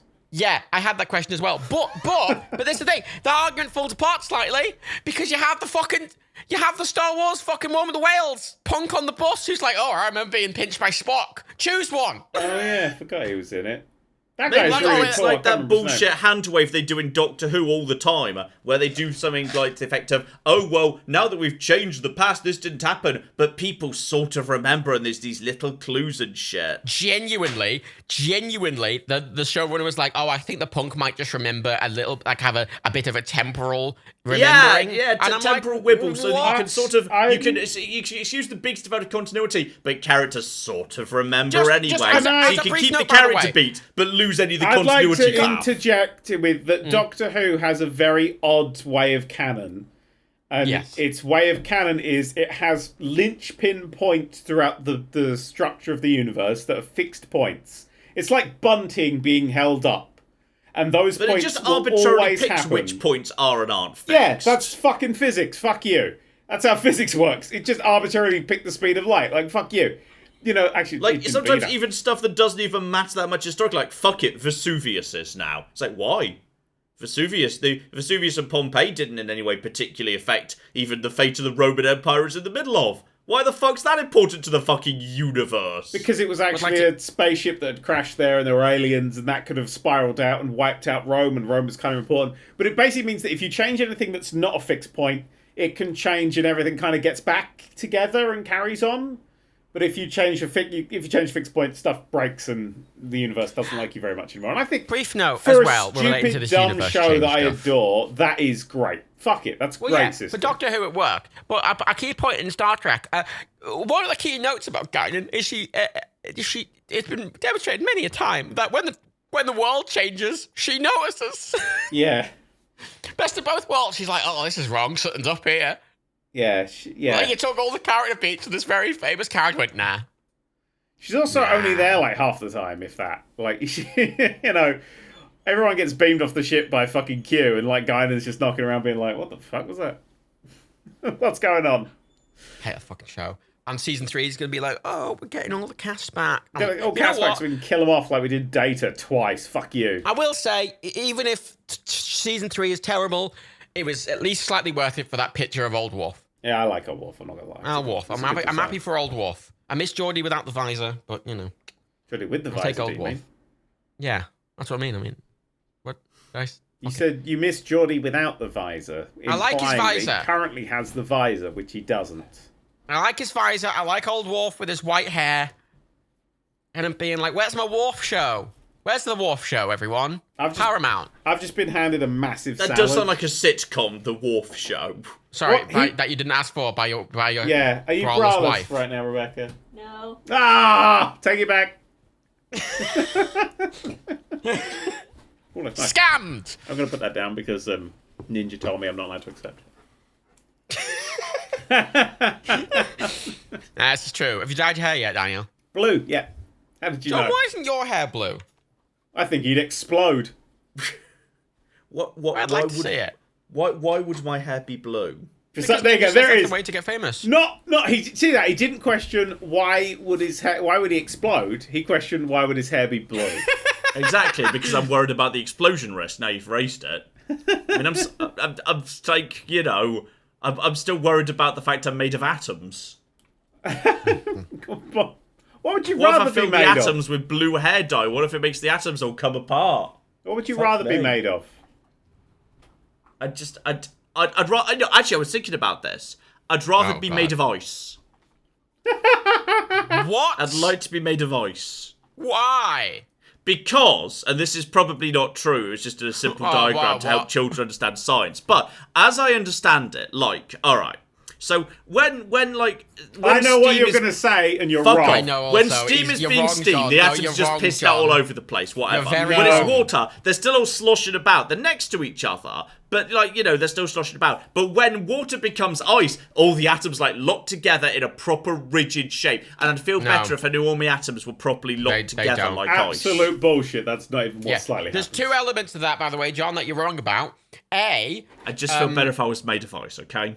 It's about the sorry, that's not so much right now because it is hot. I will grant you, and I that's would be about the literally energy melting. that's in them, vaguely, and you don't fully. It's like if you heated water to, you'd have to freeze it to absolute zero for it to actually not have any more energy. Mm-hmm. Which is minus 273.15 degrees. So you're saying I'd need to get like air conditioning in my house? Yeah, but B, there's still gaps between the atoms because when you're talking about steam, well, yes, air, I know, but that like as long as they're like really firmly holding hands. No. You know, because when we're talking about states of matter like that, we're talking about molecules, not atoms. John, really? Fuck. Do you sellotape your fridge magnets to your fridge just to be on the safe side? Because that's what you're basically saying. Okay, I'm going to be honest. I do have an extra magnet over the top of my fridge, my flat fridge magnets to make sure they're secure. Yes, John. If you wanted to have the least amount of distance between your atoms, you would have to be a neutron star. You could be the forbidden neutron star. You could be the forbidden pasta. Is that what? Is that like a black hole? Yes. Yeah, fuck it. A teaspoon of neutron star Fuck it. Why is not? the weight of Mount Everest. I think I'd enjoy that. Like, you know, like if you had a choice between just being like, oh, I'm just one human and there's like fucking 7 billion of us or whatever, or I could be a neutron star, and wherever I went, I'd presumably destroy entire solar systems. I mean, you wouldn't be able to move or do anything I because think your I'd rather be a neutron star. Your atoms would be so dense that you'd just be a ball of literally nothing. But you'd be a big, dense ball of gas. Nothing would change, John. Actually, you wouldn't be big. You'd just be a very, very tiny, dense ball of... I think I just like the idea of being this really tiny point of matter that destroys everything around it. It wouldn't necessarily destroy everything around it, but, you know. Well, wouldn't I? Like, if there was a neutron star just, like, hovering over, like, say, Leeds, what would happen? Well, how dense is it? Leeds, very... Well, I don't know. I sort of assumed it was a standard amount. What's a standard amount? I don't know, just neutron starry amount. I mean, if you got, like, an actual neutron star that's just floating around the galaxy and put it nearer, I mean, it'd fuck the whole solar system up, really. No, you see, that's what I want to be. I feel like I just feel like I'd feel important if I was a star, that wherever I went, I'd fuck shit up properly. Do you get dizzy, John? I do get, like, when? Well, if you were spinning. I know this is going. Well, yes, and also if I'm in a high place looking down, or if I'm in a low place looking up broadly. Like, if I'm just standing on the ground and looking at the stars, occasionally I feel dizzy, yes. You can have a bad time as a neutron star. Okay, yeah. Alright, I can see where you're going with that. But if I was a star, like, I'd be in space and I could fly. Because I'd be in space. Stars can't fly, John. No. Well, someone's keeping them up there. Oh, where? dear God. Oh, no. Oh, John. Oh, please, God. Please, God. Please, God. Wait, hang on. No, wait. If I'm super dense matter, then what's happening is I'm not falling towards anything. Shit's falling towards me. Suddenly, I'm the center of gravity. Each other, John. So, John, I'm the center of gravity. All right. I'm not falling towards Leeds. Leeds is falling towards me. So you're not flying then? No, I'm a fixed point in... Well, I'm a fixed-ish point in space. Nothing's a fixed point. John, if you get... I'm going to fucking absorb the entire whole of Leeds and add it to my super dense mass. John, if you took a hair off your head... Yeah, fuck you, Leeds. Don't know what I've got against Leeds. I've brought Leeds like 3 times today. Fuck you, Leeds. If you took a hair off your head and dropped it to the ground, your hair is pulling on the earth. Also. Yeah, but not much. The Earth's pulling on the hair more, hence why it falls rather than the Earth coming up to meet my hair. Are we doing this bit where John doesn't know things? No, this bit I do get. You just said, how does a neutron star not fall? Well, I think stars exert more gravitational pull on shit around them than have exerted upon them because they're super dense and shit. And they got loads of mass and shit. Yeah, loads of mass and shit. That's what I wrote in my exams. Yeah. You didn't do exams. You dropped out before you got to them. Fall? You didn't do any fucking exams. Did more than fucking you. Oh, shit, bitch.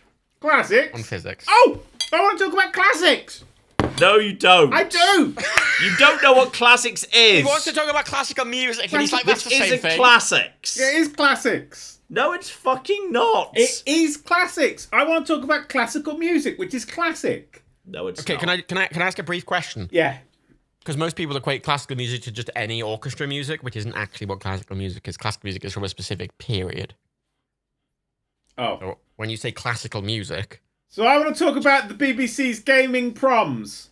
Oh, I didn't like that. I didn't like it either, and I'd like to talk about why. It's so fucking low-hanging fruit. It's low-hanging fruit that they missed.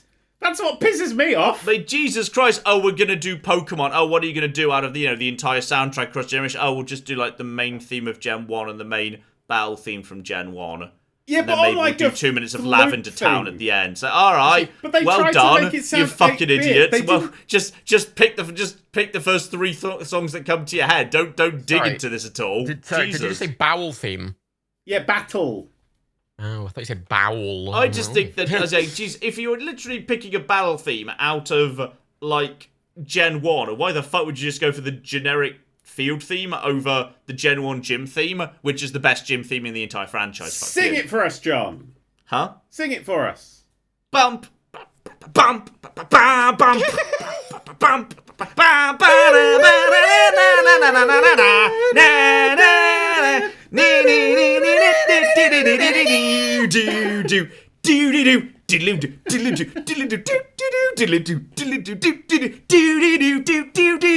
Much better than the fucking generic battle theme. What was the gym really theme's weird great. Gym about theme in Theme 1 is the best gym theme in the franchise, and they didn't bother because they're idiots. What was wrong with the thing was actually it was just John on stage doing that for an hour and 10 minutes.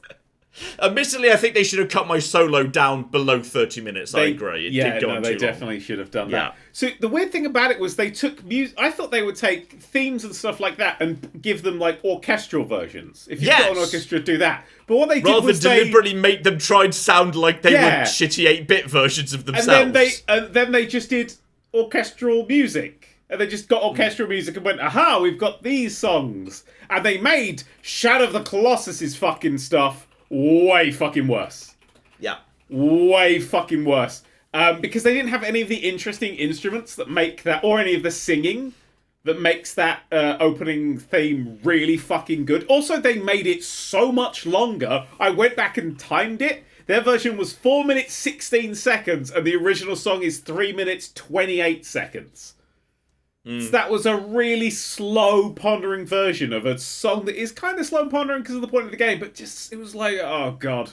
They had a strangely small amount of music, given they had a huge intro, a huge outro, and multiple let's bring people on stage to talk sections. Yeah. There was surprisingly little music. I feel like if I'd bothered to make the trip to attend it live, I'd feel shortchanged. I was going to go, and then I went, they'll probably fuck this up. So it opened up with like a 9-minute loads of random little bits of game, and every now and then you're like, oh, I know that. And that was alright. That was alright. And then it was Zelda. Then it was it? Zelda because, of course, you go. But that was just. It was a very generic. Just the same composition they used for like the Hyrule Symphony. Yeah. Like for the anniversary. So that was a bit like okay, fine, whatever. Bit lazy. Then they did Pokemon Echo the Dolphin and Secret of Mana all in one. Yeah. Which wasn't great because that Pokemon 8-bit thing did not sound good. No, and it was. I think it was a bad and lazily chosen selection of songs as well. Yeah. Then they did Final Fantasy 7. No, 8. 8. Sorry, yeah, of course it was because it's not a popular. They specifically said, "Oh, people think more of 7." So we're doing. Well, if people think more of 7, why don't you just do fucking 7? Idiot? Just do 7. People remember 7 more. Then they ruined Shadow of the Colossus, and then I fell asleep through Kingdom Hearts, and then Journey. Then they did a really, really long journey. Really long journey. Like they went. That was like 10, 15 minutes. They could have beat the game in that fucking time. It was long, and I was like, I don't know this music. I don't like this game.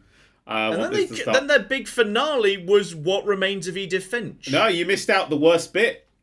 The never-ending Battlefield 2042 soundtrack. I skipped that. I was so bored I skipped it. Who the fuck were thinking, okay, what's the classic music in video games? And they go, oh yeah, Battlefield 2042. Yeah. I don't. Yeah. Daniel likes that game. I don't. He's the only person. I love that game. The soundtrack for me for that game is people going, someone's just crashed a jet into me. That's the soundtrack. That's how it. Okay, the dogs don't like my impression. Oh, it's a bad soundtrack. Bad soundtrack. Lilith, what are you chatting about? You big fool. Admittedly, I'd be that annoyed if I was in that. If I was stuck in that room with you and you were like, I'd be very. It was all stuff like let me leave. They were like crinkling tissue paper and spinning a big drum full of rocks and shit. And I did see someone appeared to be holding what looked like just a Sainsbury's shopping bag, which they were crinkling to make crinkly noises. Yeah. Which was fucking hilarious. Like, there's so many really interesting... Like, if you want to just do the straight orchestra bits, do the fucking Uncharted theme, first and foremost, because that is an amazing piece of music. I was just literally sitting there during parts of it thinking, okay, where's Red Dead Redemption? The original Red Dead Redemption. Has some incredible music in it. Do that fun you could things have. with it. And, like, okay, fine, it's a little overexposed and a bit overdone now, but... Toby Fox. Where's Undertale? Yeah. Everyone knows and loves it. Fine, it's maybe been a bit overdone and become a bit of a meme, but it's still very good. Megalovania orchestra version would have been fucking rad to hear. Yeah, that would have been really good if they did a really composition. Like, if you're looking for older games, where's, like, say, Chrono Cross? Metal Gear Solid. You know, I find it really odd that after they did like the late 90s Japanese RPGs, they then skip forward to the early 2010s, like nothing happened in the noughties. Did they not do any Contra? No. Huh? No. They didn't do any Contra. No Mass Effect, no Banjo-Kazooie. I think Contra's like I think some of those Contra themes are the best game music of all time, and they didn't do any. No. No, nothing. Those They cunts. skipped. They did so little. It's no Silent Hill. Yeah. No Silent Hill or Resident Evil. Like, it might have been fun to do like a really brief like snippet of, say, the safe room theme from Resident Evil. You know what would be really fun? Do the Wii shopping channel thing. Yeah, some of the Wii music is brilliant. Some of that, build some of that of the little into incidental, like Nintendo does really good incidental music. Orchestral Fantastic. KK Slider. Yeah, brilliant. All Do these it. really good, and it just felt like, I mean, yeah, when your finale's fucking Dear Esther. What, really? You're like, oh god. Yeah. Anyway, What remains of Edith Finch, but the point stands. I thought there was Dear Esther in there as well. There might have They're been. basically Katamari the same Damacy. game. Oh. That would have been fun. Bit of Katamari Damacy in there. Yeah. Even like some stuff that's like, you know, I don't know, like maybe like even some of Minecraft. Tiny bit of Minecraft. I mean, they could have done. Like. Did they do any GTA themes? No. I don't think so, no. Because like the GTA 4 theme, I think's a good theme. Yeah. Oh, I Deadly actually Premonition. fucking They love could have done Andreas some is the one Deadly I would go Premonition. for. Some of the I mean, fucking San Andreas is a good sweary one. stuff. Oh. But Orchestral G- version of fucking San Andreas. yeah, but like, but 4's an easier one, I think, for an orchestra to do. I mean, I'd like San Andreas, I but just like, feel 4's like the we've been obvious one. sitting here bitching for 10 minutes and we've come up with a better lineup than they managed to put together for an actual gaming proms. I think it's just because they missed such a big chunk. It was like Pokemon, Zelda, Echo the Dolphin, Spacebar, Spacebar, Spacebar, Spacebar, Shadow of the Colossus. They missed just that huge middle chunk. Like the majority of the PS1 and PS2, they just were like, nah, we don't need. I have orchestral albums of gaming music. Yeah. Like, it's a thing that's really easy. People just really love getting an old school theme and giving it a really epic. The moon theme from DuckTales! Oh, yeah. Why was the moon theme from DuckTales, you dicks? Well, you know how in DuckTales Remastered, they actually did a full orchestral They score of the did, Moon and it was Tales actually really good. fantastic. Really fun. Yeah. Yeah. Fucking cool. Smashing Like, people song. enjoy hearing old music they're nostalgic for, but jazzed up into super awesome new epic orchestral versions, and they didn't do that. They said, I know, let's deliberately get obscure kind of shitty instruments in to try and recreate the original shittiness levels. Yeah. Let's Obscure recreate shit- wait. needless boundaries created by technology that's no longer a problem. What do you mean obscure, shitty instruments? Like, I have no that- context for this thing. I didn't watch it, so I have no context for this thing. I didn't see it. They So had like a weird little kind of like I don't even know what it is. It looked like a piano, but it was weirdly bleepy bloopy, so an electric keyboard. like an electric honky tonk piano. Yeah. I think that Yeah? like they brought in specialist equipment to sound worse. Yeah. But they didn't always get any that instruments in from misunderstanding. fucking Shadow of the Colossus, which makes it sound so good. No, I mean, I'm not happens a familiar lot, with though. the. No, I'm not familiar enough with the Shadow of the Colossus themes to know precisely what instruments they should have been using. I have no idea. I don't know music. I know. You just know it didn't sound right. Yeah. It's all like. No, but they Alright. always do that rather than make a specific score, because rescoring something is difficult. Right? Yeah. It does take a lot of time, especially for an orchestra. Even if it's an already done theme, rescoring it and making an actual individual piece of sheet music for all the instruments is incredibly time consuming. But if you already have the melody laid out and it's quite actually filling that out, well, it's kind of a lot of work, but not creatively, if that makes sense. Like, it's a lot of grunt work, but it's I feel it's like not we that should, however, difficult. before we put together the gaming proms on the BBC, have found someone who could do that work. Yes, I would agree with that statement. Yeah. I'll do it. I wouldn't fuck it up as much as they did. I'd put Halo in there. I'd have everyone I sing put along. Treasure Trove code from Banjo-Kazooie and you can't stop me. Have it. Fucking have it.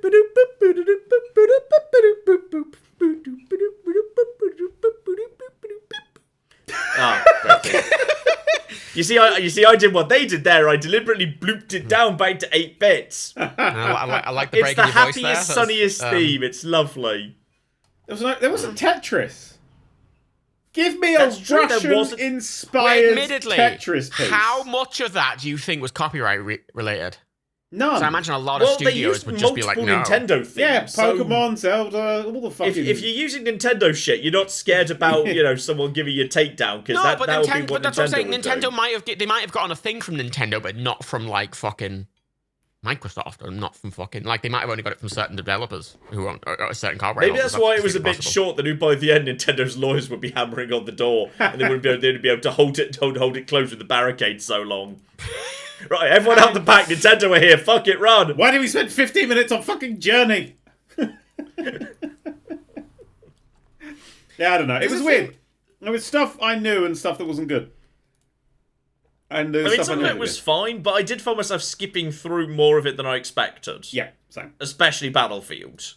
Oh, yeah. That was just like, what the fuck is happening? Like, I literally was like, you know what? I kind of put it on an iPlayer, and I thought, you know what? I've got to, incredibly exciting. I've got to clean the kitchen today. All right? I want to tidy everything up, I want to scrub down all the surfaces. I want to put on some really good video game music just in the background I can listen to nice and louder while I'm doing that. And I kept going over to skip forward. And that's a worrying sign. I was writing with it on, so I was like, oh, it won't have any words in it. Some prick comes on and is like, hello there, I'm going to talk about some music. Haha, jokes. They did a bit where they were like, oh, what's your favourite starter? Oh, is it Bulbasaur? Oh, like, kill me. So hang on. So wait. So I know a lot of people listen to video game music a lot when they do stuff, and I'm assuming you two do. Yeah. Yeah. Because I don't at all. I'm listening to video game music right now. Well, I for some reason, outside of a very rare thing, I often don't enjoy video game music removed from the context of the video game. That's weird. It's very rare. Maybe you're wrong. Because I always feel like they... No, I'm not saying it makes them bad. Like, for me personally, I think the whole context of the entire vibe of the game world you're in and everything sort of... For the music to really hit me, I need that other bit of context. You see, I'm literally the reverse of that. Which makes me question how much I actually like video games. Because, like, if I say, ever see footage of gameplay, but say I've got to mute it because, say, something else is going on, I can't have the noise on. I really struggle to get into it. Like, or say I've got to disable the music, so I'm about to, say, stream something, and I know a fact it's going to be, it's going to cause trouble, so I need to actually turn the music off. Like, I really struggle to enjoy it a lot of the time, but if I listen to video game music on its own, I'm like, yeah, alright, let's fucking go, let's save the world, and shoot Sauron, and get these blocks lined up so that they fall in the correct pattern. I can get myself proper into video game music. I think, wait, do I actually like video games? Do I just like video game music? Well, and the video game question, happens John. to just keep me entertained as an excuse to listen to it. The question becomes, when you played Stray, did you just sit and listen to that shitty fucking chiptune music that you gave to that fucking guy? No, I listened to like one song, then I got bored, and then I collected all the other pieces because I'm an idiot, but I never actually gave them to him because I didn't want to bother listening to them. I didn't Stray. like Stray very much. Me neither. I enjoyed Stray. It had a charm. It had its own charm. It had a charm, but that's all it had. So let's go back to what Matt said earlier, that I don't like games without a challenge. I don't like games that they seem to be offering a challenge but aren't. I don't what like the gets falsity me. of it. Yeah. So Kirby, the new Kirby game, I played the demo. I was like, this is just not fun. Because Is that the one with the cars? Because I don't like it. yeah, I will say with I'm Kirby, scared I of played it. through that, and it does get progressively harder. And then some of the challenges at the end are incredibly difficult. Like, I have but I not don't been want to able get to through do that one shit. challenge. But like Stray It's really is fun. there's no challenge to it. And I was like, this is an adventure game. They've tricked me into Yeah, playing it's an a adventure narrative game, and I don't like adventure games. It doesn't. But that's the... It Well, really. it's an exploring game. Sometimes the areas can be a bit complex. You've got to, explore them problem and understand what's in the area No, and but observe them properly. it did a thing, right? So, like...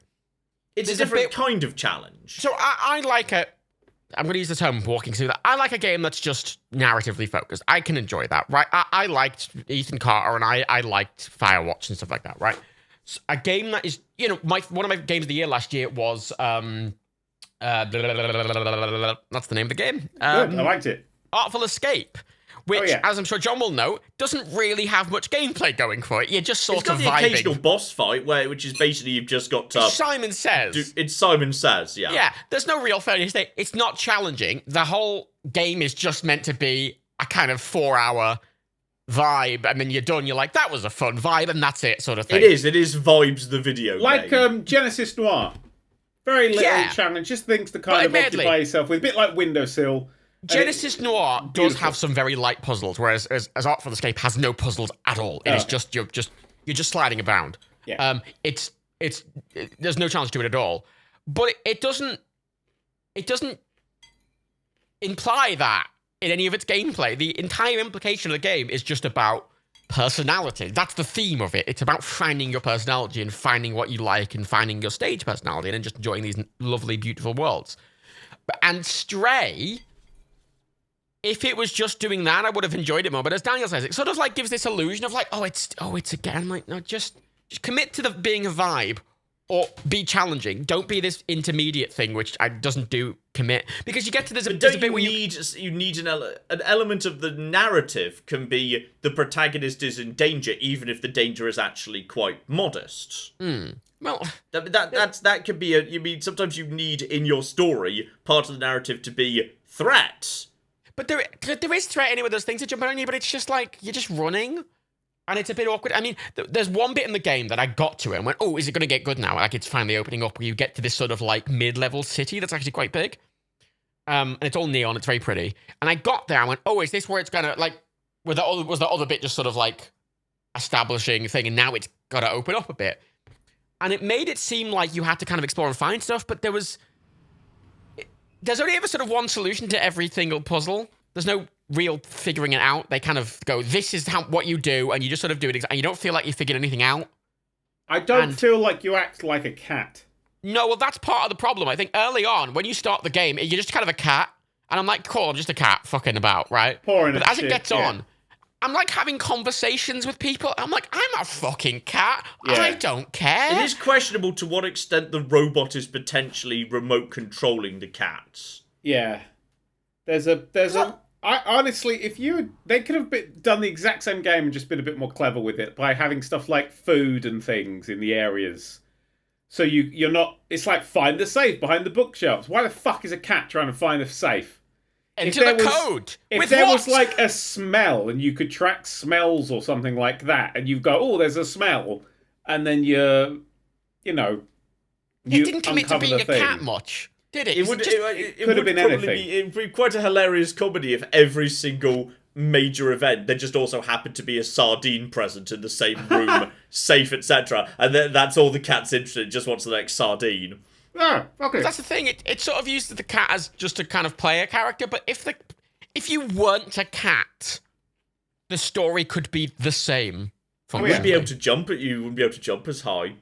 No, but like you could in theory be fucking anything. You could be a rat, you could be a mouse, you could be a guy. Like, you'd have to maybe change the designs of the world very slightly, but like narratively and thematically, you get the same thing. Well, the narrative that I would have gone for was already in the game. If you've lost your friends, and as you go through this, like I'd change the opening so your friends go through the town thing first, and you get sort of held back and have to go a longer way. So you're just following the smells of your friends. So that's what your drive is you're tracking down the other cats. And in doing that, you accidentally end up saving the people. Complete accident, because you're a cat. Yeah. I just presume that because this is the future and there's clearly been an apocalypse, the cats were exposed to radiation, so they're intelligent super cats. But see, that's the thing. The game didn't really make me feel like a cat at all.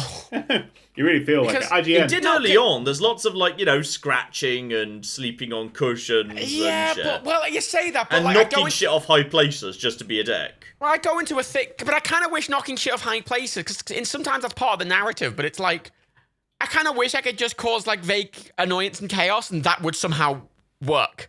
But I think that should be the solution, just being a...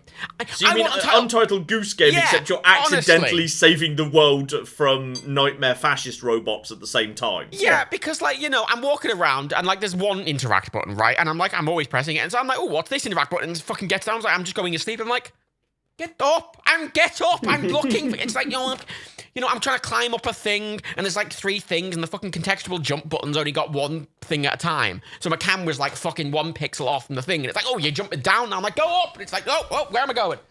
I thought the theming was great, and it just doesn't do enough with its gameplay to make the theme. It feels like the gameplay and the theme were designed completely independently. I think this would be more of a problem if it was a longer game, but I think it's sufficiently short it doesn't outstay its welcome. It's a fun little experiment. I'm fine with that. Yeah, but I thought that. But I kept playing it, and I haven't finished it. I think I've played it for about 5 hours, and I'm not done. And I'm sort of like playing it, going, this is getting up. Because Artful Escape, if it was any long, Artful Escape's maybe like 3 hours. If Artful Escape was any longer than that, I wouldn't like it. It's quite succinct, and you can do it in one fairly short sitting. And you should really do it in one short sitting. I think that's kind of it's more structured like you're watching a movie. But there's a weird thing in Artful Escape because the theme's about like finding what your whole character and state persona is. You get the character creator at the end of the game, like almost right at the end. It's like, oh, now you have a vibe. What do you want your vibe to be? Because it's about finding who you want to be, and it's about sort of vaguely layering that over the time. Yeah. But it commits to the theme. It doesn't really... The gameplay is just, you kind of slide and you have to jump occasionally. And it's kind of like, you're just sort of doing it to vibe. Yeah. And Stray just... I'm like, but if you could have structured it... Because before you get the robot, I actually think it's pretty succinct. Just like, you're just going to just jump... You're just kind of wandering about. The fun thing about the Artful Escape, by the way, is if you refuse to engage with it. Because you're blatantly supposed to be sliding around and holding down the... What's the game? Guitar button, yeah. The shred button. The shred button. If you just refuse to touch the shred button, you just slide around and shit doesn't happen in the background and the music's very muted and you're just sliding and it's actually hilarious. Oh, but that's it's the funny. If you just refuse to shred, it's so funny because shit just doesn't happen and you've kind of got this real sensation that the game desperately wants you to push the button so it can trigger the rainbow whales to jump out from behind the mountain. You just nope, not doing it. That's what I like, because I'm just gonna slide. It's a game that if you kind of have to want the vibe to get it, and if you don't, well, it's not for you, sort of thing. And I'm fine with that. It's not a game for everyone. And Stray, it got so... I don't know. Did you play it on PS5, both of you? No, PC. I can't remember. So... Oh, PS5, because it's free. Yeah. Yeah. So here's the thing. I had it on PS5. It had loads of frame drops. Oh, I didn't get that on PC. I don't remember. Yeah, PC was optimized. I didn't play a lot. Because I'd be going around and occasionally it'd just be like, okay, I'm 20 now for like 30 seconds. I'm like, what the fuck is going on? And I am convinced it's something to do with them changing the heat sink. No, because you know how after the launch model PS5, they like shrunk the heatsink in half? Yeah. So my PS5 is the heatsink and it's half the size of the one that Daniel has. Ah, suck a dick, bitch. And I am... Because there was some digital foundry tests and they were like, oh, it doesn't impact it. But I'm like... But surely there's something that will. And I'm wondering if it's that, because that's the only difference I could find. Because obviously, a console game, it should be consistent. Maybe you just that shit at playing games that they put the frame rate down so they see you less often. Yes, probably. I did buy it on PC because a lot of people said it's really good. One of my friends, he's like, oh, it's my game of the year. And I'm like, really? And you need to unfriend somebody right there. Admittedly. Right. It's nowhere near my game of the year, but I think it's pretty good. Which is, of course, let's just say this now, Elden Ring. Elden Ring, correct. Yeah, the guest. Just to be clear, this friend is also the one that was like, no, Horizon Zero Dawn's really good. No, Days Gone's really good. It's my game of the year. And I'm like, I quite like Days Gone. I'm not a fan of Horizon, but Days Gone was alright. Days Gone, I can't get past the intro because it's too fucking funny. And it's not, and it doesn't want to be. What, the wedding where he's in his biker jacket or some shit? No, I can't get past the fucking helicopter. It's like, okay, how do we solve this complicated problem of who gets in the helicopter? There's only 2 seats where we'll put 1 person in. I love you too much, bro. It's a beautiful... But one of you's injured! Get in the fucking helicopter! I'm sorry that the power of broship isn't going to unstab you! I couldn't get through the fucking intro of Days Gone. It's too fucking funny. It's alright, Days Gone. I'm not, it's fine. I played it. I enjoyed it. I don't think I finished it. But I didn't bounce off and go, oh, this is horrible. I just, other shiny things came along. It's a weird thing. Since that new PS Plus update came out, and some PS5 games were free on it. Yeah. Games because the PS5 only has a few exclusives. It's got like 5. I was going to say Spider-Man, but I'm literally playing that on my Steam Deck at the moment. Well, So- yeah, but like, so, but Wait, so is that if out we, on PC? I thought it wasn't out till tomorrow. Aha, suck a Review dick, code. Sony love me, what up? Ah, nice. no, but even so, right? Like, Now you know what date this was recorded. It runs very, very well on the Steam Deck. As in, I'm only running it at 30 because I only run anything on 30 to try and minimize the fucking sound. that thing notably, makes. the review guide featured Steam Deck information, which I thought was I interesting. did like that, yeah. The Steam Deck's definitely becoming... I love my fucking Steam Deck. That's such a good bit of kit. But right, so Oh, Spider-Man is on the PS4 as well, oh as yeah, is Miles yeah. Morales. Yeah, you're right. Horizon Forbidden West is also on the PS4. Yep.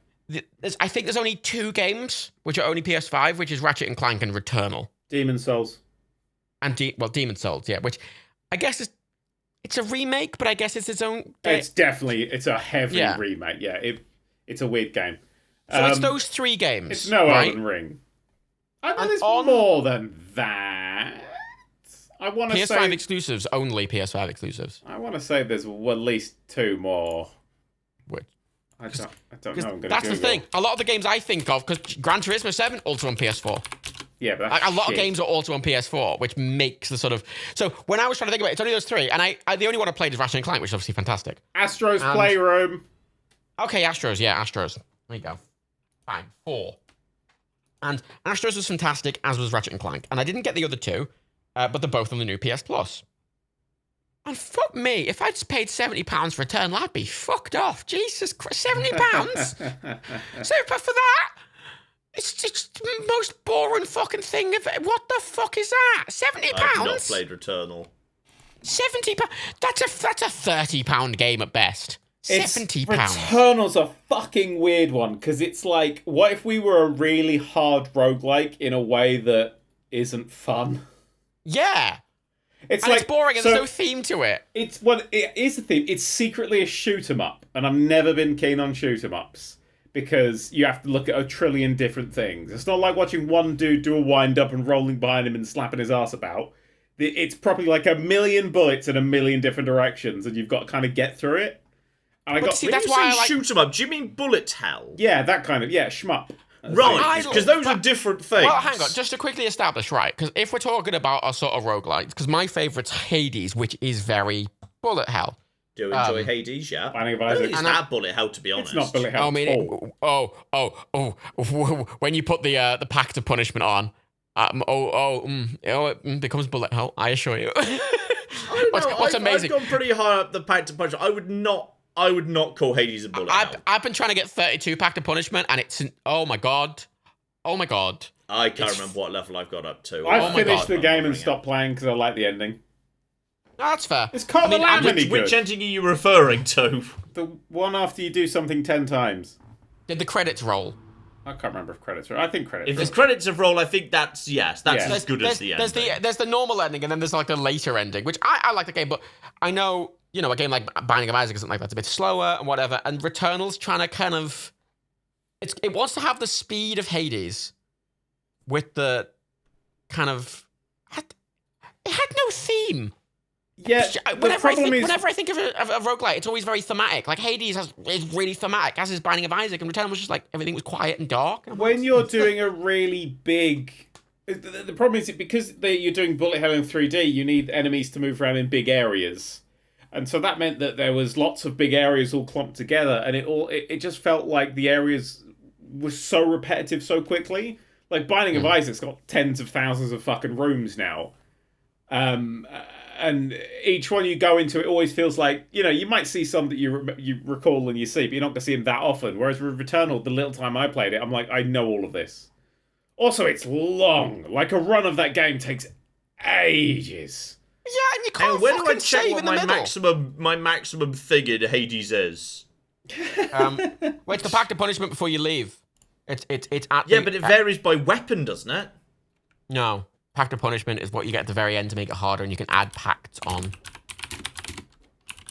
I mean, you can lower it and up it as you want, but I've been trying to get 32 because that's to get the final statue. The final scaly statue is 32, and I haven't been able to do it. I think it varies weapon to weapon. Because I've got the blade, and right now it's telling me I only need heat 5, and I've definitely done way more than heat 5. I think it's different for weapons. No. You get rewards for individual weapons based on which pact of punishment you have. So the score. If you look, you see that's like the max. It's telling me bow fill heat gauge to 17. No, that's the max you've done with that weapon. Yeah, but what you have what heat level you have set is the same regardless of which weapon you're using. I think it sounds like somewhere around. Look, I need to check every. I think it's about 20-ish. Well, you wouldn't need to check every weapon. It's just whatever's set on the settings when you look at it. Yeah, but it's set low because I think last time I played, it must have been grinding a particular weapon.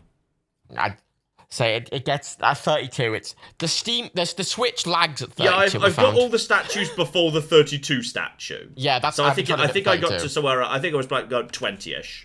Yeah, it's not too bad the hell there, but did I play this game? I have no idea what the fuck you're all talking about. It is. Hades, you must have played Hades. I did. I got the good ending. I got the ending. No, the pact of punishment stuff is like you get that after the proper second ending. Yeah. Oh, then I stopped playing it. There's a credits later on. Like I did the proper ending. I got the ending, and I'm not sure I've got the ending. Oh god. There are like 3 endings. I think I've got ending 2. I haven't got ending 3. I loved Hades, but I didn't think it had a huge amount of replayability once you'd beaten it. I felt like it was done. I disagree. I don't know. It's a lovely game to just sit down with for an hour. And I like the progression of building up your house and getting friends with everyone, and I like that because that's something I think is lacking back. Yeah, but I felt like I did all that. And Isaac just feels like all the runs, I've no idea what I'm going to end up as. But Hades, I know. That was a big problem with Returnal, is you play it for fucking 3 or 4 hours, one run, and then you just die, and you're like, oh, okay. And then the next one, you're basically the exact same fucking character again. Yeah. Returnal was shit. I really didn't like Returnal. But literally, though, I can't, because I tried Demon Souls and Returnal. Returnal is so fucking dull. It's not even that it's bad, it's dull. And I think that's more offensive, if anything. It's just dull. It has no... Each run is hours long. Yeah, and you can't pause it. Way too long. You can't pause it, and you can't save mid-run. No, because it's like, fuck your time. And then I tried Demon Souls. I like Demon Souls. Good. It's a great game. I mean, I can't go back to it because Elden Ring's the best game ever made. So, you know, there's... Well, this is my problem, but it's something I'm constantly jealous of both of you for, because I do not like Souls-likes. I mean... I keep trying. I can't. I beat Elden Ring, and I'm gone back for a second playthrough. Not like a carry-on lap of honor. New Game Plus. I'm not doing New Game Plus. I'm doing a brand new game, starting from scratch. And I've done that several times before finishing my first game. Oh, I see. I know. I finished it, and now I'm like, right, I know how the game works now. And the second time is really satisfying as well. But Elden Ring is my new Skyrim. Because Skyrim I used to go back to all the time and just kind of do the first 10 hours or something and just do a new playthrough of that. And now I do that with Elden Ring a lot. I found in the opening area... I found in the first sort of 3 hours of playing, I was like, have I kind of seen it all? Have I done it all? In the opening area, I found a whole village I hadn't found in the first run, and a whole boss that I hadn't found in the first run, and I was like, all right, okay, fair enough. Honestly, I'm impressed if you only missed one boss in the entire game, because the fuckers are hiding everywhere. I know, that was just there's like, if you go up on one of the ruins at night, a deathbird turns up, and I hadn't found that. Which was a real good surprise. I'm sure I've missed several of the Knights Cavalry who only show up at night. I'm sure I must have missed several of them. They're great fun, they are. Yeah, I the first playthrough I was magic, and then I went to dexterity and strength, and I went through about 50 builds trying to beat fucking Melania, what's her name? She says it every time, but it took me 270 goes to beat her. Yeah, it's Melania, something like that. You see, I'm happy to live stream it, and if the whole thing takes more than a few attempts, I'm not making progress. Yeah, fuck it. Chat, jump in, help. Here's the summon symbol. Daniel did 3 entire fucking 3 hour I'm happy streams for my just community doing to that help me one do fucking it. boss. Yeah, I did. Literally. It took me a long time to beat her. But I'm doing I've put every point into strength. And I found a colossal sword that I don't think I had in my first playthrough. That is just I literally called like the big bastard sword of death. It's not called that. It's this big sword I found in Caelid, and it is amazing. And I'm literally just jumping and squashing everybody. And if I jump and don't kill people, I'm like, no, fuck. And if they're nippy, I can't kill them. It's great fun. I'm having a great time. That game I do is enjoy amazing. the Faith builds. The Faith builds. Never done the great. Faith build. That's my next one. I'm gonna go. Faith for is so fun. I just think you get I think intelligence magic is more reliable damage output, but Faith has got the more wild, wacky, fun shit. Yeah, I've seen some of the stuff and I'm like, holy shit, this is amazing. So yeah, there's a lot of game there still. I mean, 85 hours to beat it. And there was big chunks I didn't do. Once I finished it, I was like, oh, I forgot this place. Oh, I forgot this place. So I'm trying to do more of a Clay thing. I'm still not looking at any guides or anything. So I'm just kind of using knowledge I had in the first place to follow and see if I can complete quests a bit more. Which I probably won't be able to do. I don't really understand how I'll ever do the quest in that game, but maybe I'll just stumble upon it on my 50th playthrough and I'll be like, oh, of course. But it genuinely, really, truly is the best fucking game ever made. Because it's pure game. It's dense, pure, adventure-y video game. It reminds me of being a kid playing A Link to the Past. It's just got all of that sort of proper adventure feel to it. And it doesn't... As much as it's got, repeating bosses and stuff, it never feels like it's repeating because it's always throwing new tricks and shit at you. I had new gameplay mechanics being added to that game literally, an hour or two before the end. Whole new gameplay things were like, oh, here you go, fuck it, do this now. Like, what? So the thing I struggle with Souls is what frustrates me. I struggle with that almost aggressive open-endedness. Yeah. I know you. I've always been jealous of you, Daniel, especially because you are the kind of person to just go into a sandbox and have fun with. I cannot. I need more structure. I've been playing a lot of Saints Row. I've got an unfinished version of Saints Row that was supposed to have deactivated it, but I stopped it updating, so I could keep playing it. So I just bomb around in that world, wingsuiting and having a good time. It's an incredible fun game. Just Cause is the epitome of that because I remember Just Cause 4 is in a lot of ways. Everyone hates it. That's the thing. It's so sad. In a lot of ways, it's a very bad game. In a lot of ways, and when I tried to play it, I'm a big fan of Just Cause 2. When I'm playing it, going, oh, this is very good, and then you'll do a stream on it. And I'll be going, how the fuck? You're having the great, and you do it. And I'm like, you just find that is pure ADHD. It's pure.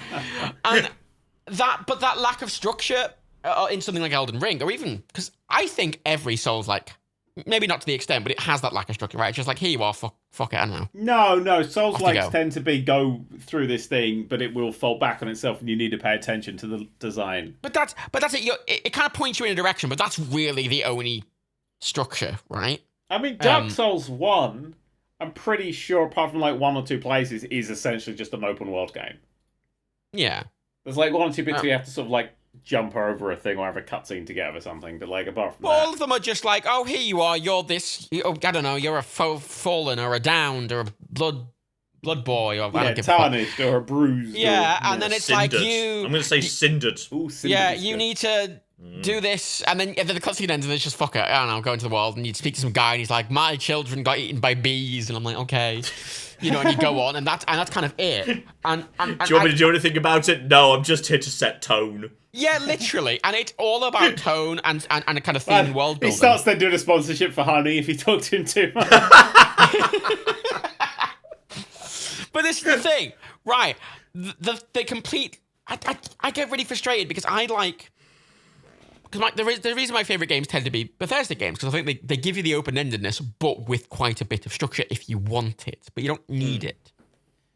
Yeah, but I think that the structure is you walk in a line until you find something.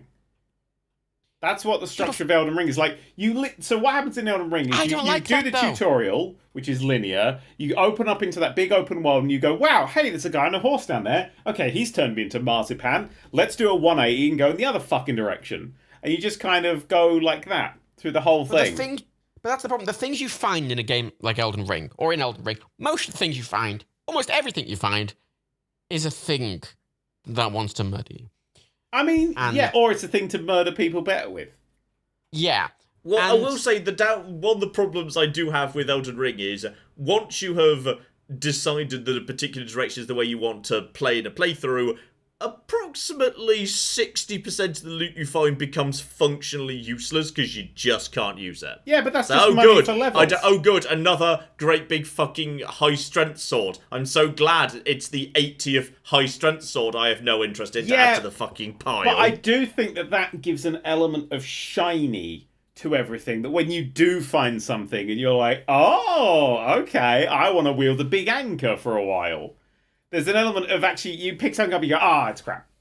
You know, yeah, but you're not picking stuff up. Sometimes Elden Ring, you can spend like hours getting through a really hard dungeon, figuring out how to beat a really hard boss, and the reward is literally useless. Yeah, and that's that is the way I have a slight element of friction. But that's with the Elden thing Ring. with Elden like Ring. literally, if I get to a boss and he kills me like more than once, I will look up on the wiki what is the reward, because I'm not going to waste 2 hours of my life beating him for something I do not need. Bullshit. No, I beat everything. Everything that I come across, I flatten into a pancake. Did you beat it? Have you beaten the beast at the end of the Crystal Caverns? What beast at the end of the Crystal Caverns? There's loads of Crystal Caverns. You know the Crystal Cavern you get teleported to at the beginning of the game if you open the trap chest? Yeah.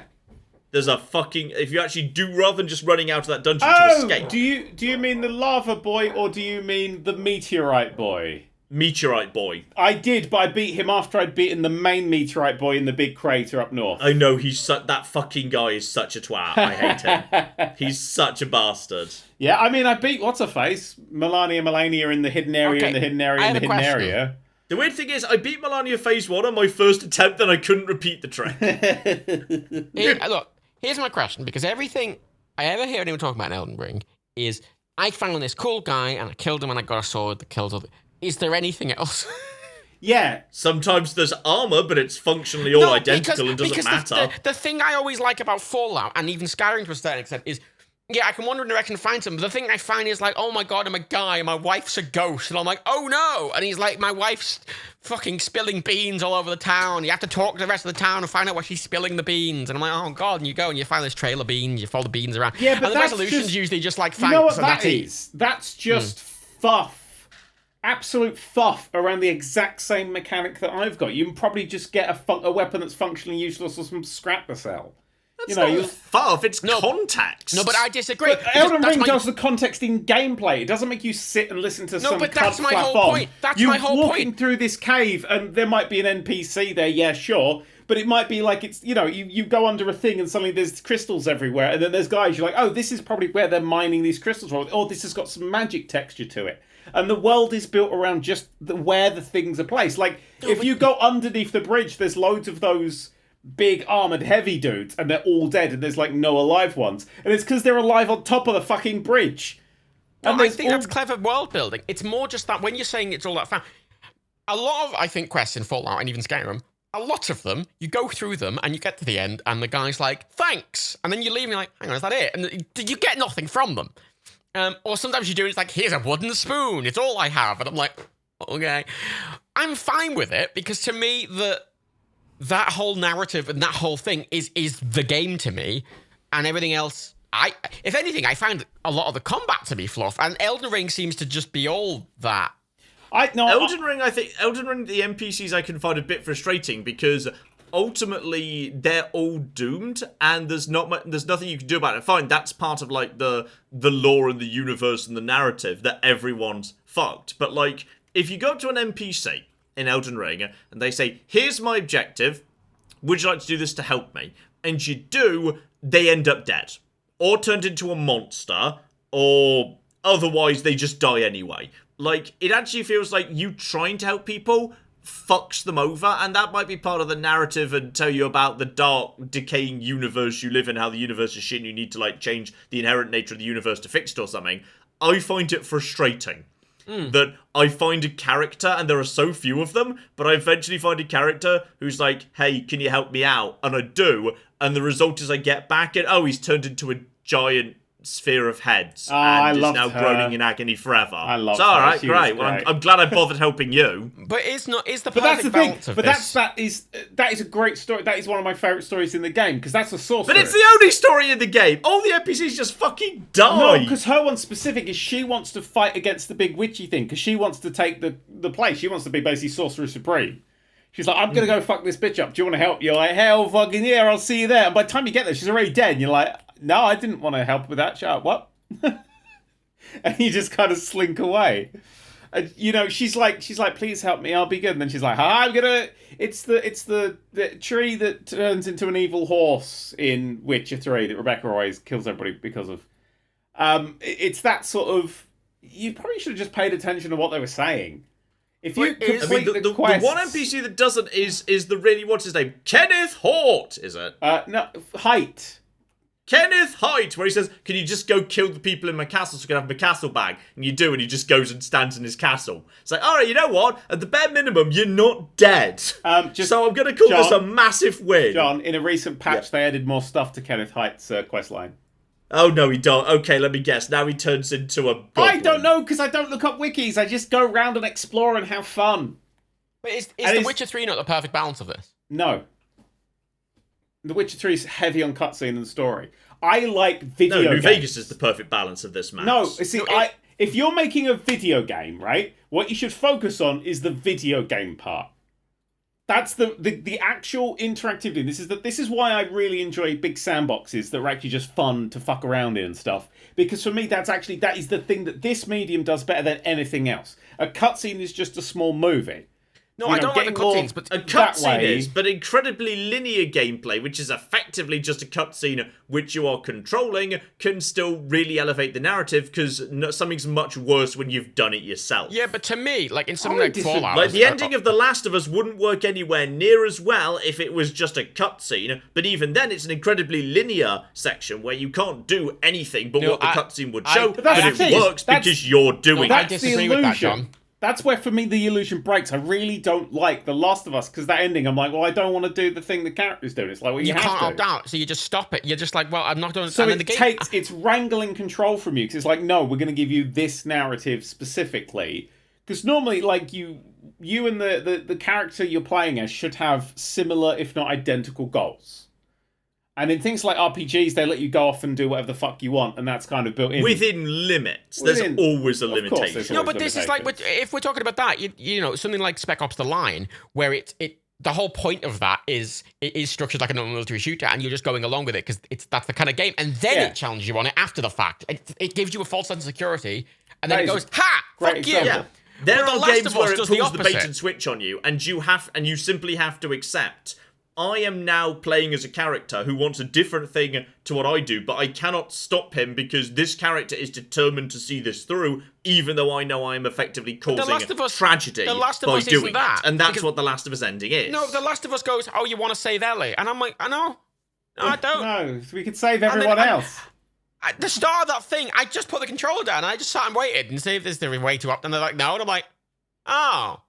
It was such a tonal shift, and I'm like, you haven't bait and switched me. You've just railroaded me, and now it doesn't feel really interactive. I don't think it is railroad, because we know from everything Joel said about his past, this guy used to be a raider. He is a mass murderer. He's done really awful, shitty things in the past, so much so that his family and friends walked away from him and set up their own communities because he went too far. In the past, Joel... in his past, has been an absolute fucking nightmare fuel. He has been one of, the raiders who are hostile to everyone by default in Fallout. That is his past. That's what he used to do. I can 100% believe that Joel got angry, decided he wanted to do something, and fucking murdered everyone in a hospital with no way to stop him. In that context, I buy that the character, but, in a game, you want the game to make you want to roleplay as the character, right? And throughout that entire game... at no point was it leading me in that direction. Like, narratively it was, but me as a player, it wasn't really pulling me into Joel doing that. It didn't sell it to you as the player. It failed to sell that idea to the player if this is the thing that you want to do. Well, what you want to do is different to what the character wants to do. I look at this like Greek tragedy. Like, there's no point in sitting in a play in the audience and saying, well, why doesn't Oedipus simply not murder anyone who's old enough to be his father and not have sex with anyone older than him? That would be the easiest solution. What a silly bastard. This is the thing. I don't like this Oedipus Tyrannus at all. We've got these other mediums. Part of the joy of stories is sometimes watching a character make a series of unforced errors generating tragedy. Sure, that's but perfectly entire legitimate story game- structure. But games give you control. It's a different medium, and I think that things where you are given control, like Elden Ring, you just like it's like fuck it, do whatever you want. That is a superior video game in every single way because it is a video game. It's not a film. It's doing what this medium does really well. This is why people love things like Fallout. But that's the thing, isn't it? Because The Last of Us is written like a film or a TV show. Which does not work. Yeah, I because mean, it's you not can do written to stuff pull like you into the character. I like the switch. I like that you feel John- like you've got freedom, but then you suddenly reach a moment where a plot thing happens and the freedom is taken away, and all of a sudden you realise, fuck, this character is now going to do this because that's what they're going to do. And you just have to basically not just watch it, but be complicit. Yeah, but look at Spec Ops Line, which is the great example, because Spec Ops gives you moments where you are forced to do something horrific. One is mandatory at the start, but you don't even know that's really a thing that's going on. It's just that the only way to progress the game is to do it. And then all the other horrible things that you do are actually optional. And they'll give you certain options and things, and it's like you have to choose like which of these two hanging people is killed by a sniper. I shot the sniper. Like, you know, and you're like, oh, that's a mate. Like, there's a crowd coming at you, and it's like, quick, you have to fire into the crowd. But if you fire above the crowd, they run away, and that worked. And it made me go, oh, well, I'm doing the good thing, and that led into a character getting a different ending, and it gave me, when it came to the final ending, and I was given options. I was like, oh, this is an informed decision. I know where where this character's going because we've built this thing up together. If I'd murdered everybody, I'd probably be like, oh god, I'm a bastard, kill myself. But that's the thing, right? That game, while you have, like, because I agree with John to a certain extent. Yeah, a character, I think, obviously, to a certain extent, should do things differently to you do. That's half the point of role-playing. But the problem with The Last of Us is throughout that entire game, the character you're playing and the character the way the story is structured in the terms and the context of the gameplay is very much like you're a guy protecting this person to this end, and it's trying to make, and it doesn't make you feel like Joel enough. Yeah, and if the player disagrees, suddenly flip them, make them try and defend stuff from Joel, make them one of the little scientisty doctor people that get slaughtered. Yeah, there's a way to do it that feels natural, because I like the idea that it's kind of what Last of Us 2 did. I just think it didn't do it that effectively. Yeah, but Last of Us 2 is shit. It's misery porn. It's got good and bad bits. It's not the weird disaster that people just made a large amount of clickbait about, and it just became the fashionable thing to say it was the worst thing ever. It wasn't. It did a lot of really interesting stuff. It just didn't really mess with it. Interesting stuff. The Last of Us 2 has most of the same problems as The Last of Us 1, and I don't like it for the same reason I didn't like The Last of Us 1. Literally, that's it. Like, it does that thing of just, you're just walking with nothing happening, and the two characters are monologuing for like 5 minutes, and then you go into a building, and then there's a 5-minute cutscene, and you leave, and then the two characters monologue, and you're not doing it, you're watching it. Like in Fallout, yeah, a lot of times you're just talking to someone, but you are having to interact to make that thing happen. You're asking questions, you're investigating stuff, you're looking for clues. See, just a point there. Red Dead Redemption 2 fails really hard in this after you do that bank robbery. Because you're literally stuffed cash into your pockets. You've got thousands. And he's like, well, we're going to have to go and do some other crazy shit because we got no money. I'm like, dude, I could buy this country. Like, I literally have so much fucking money on me right now. And it never...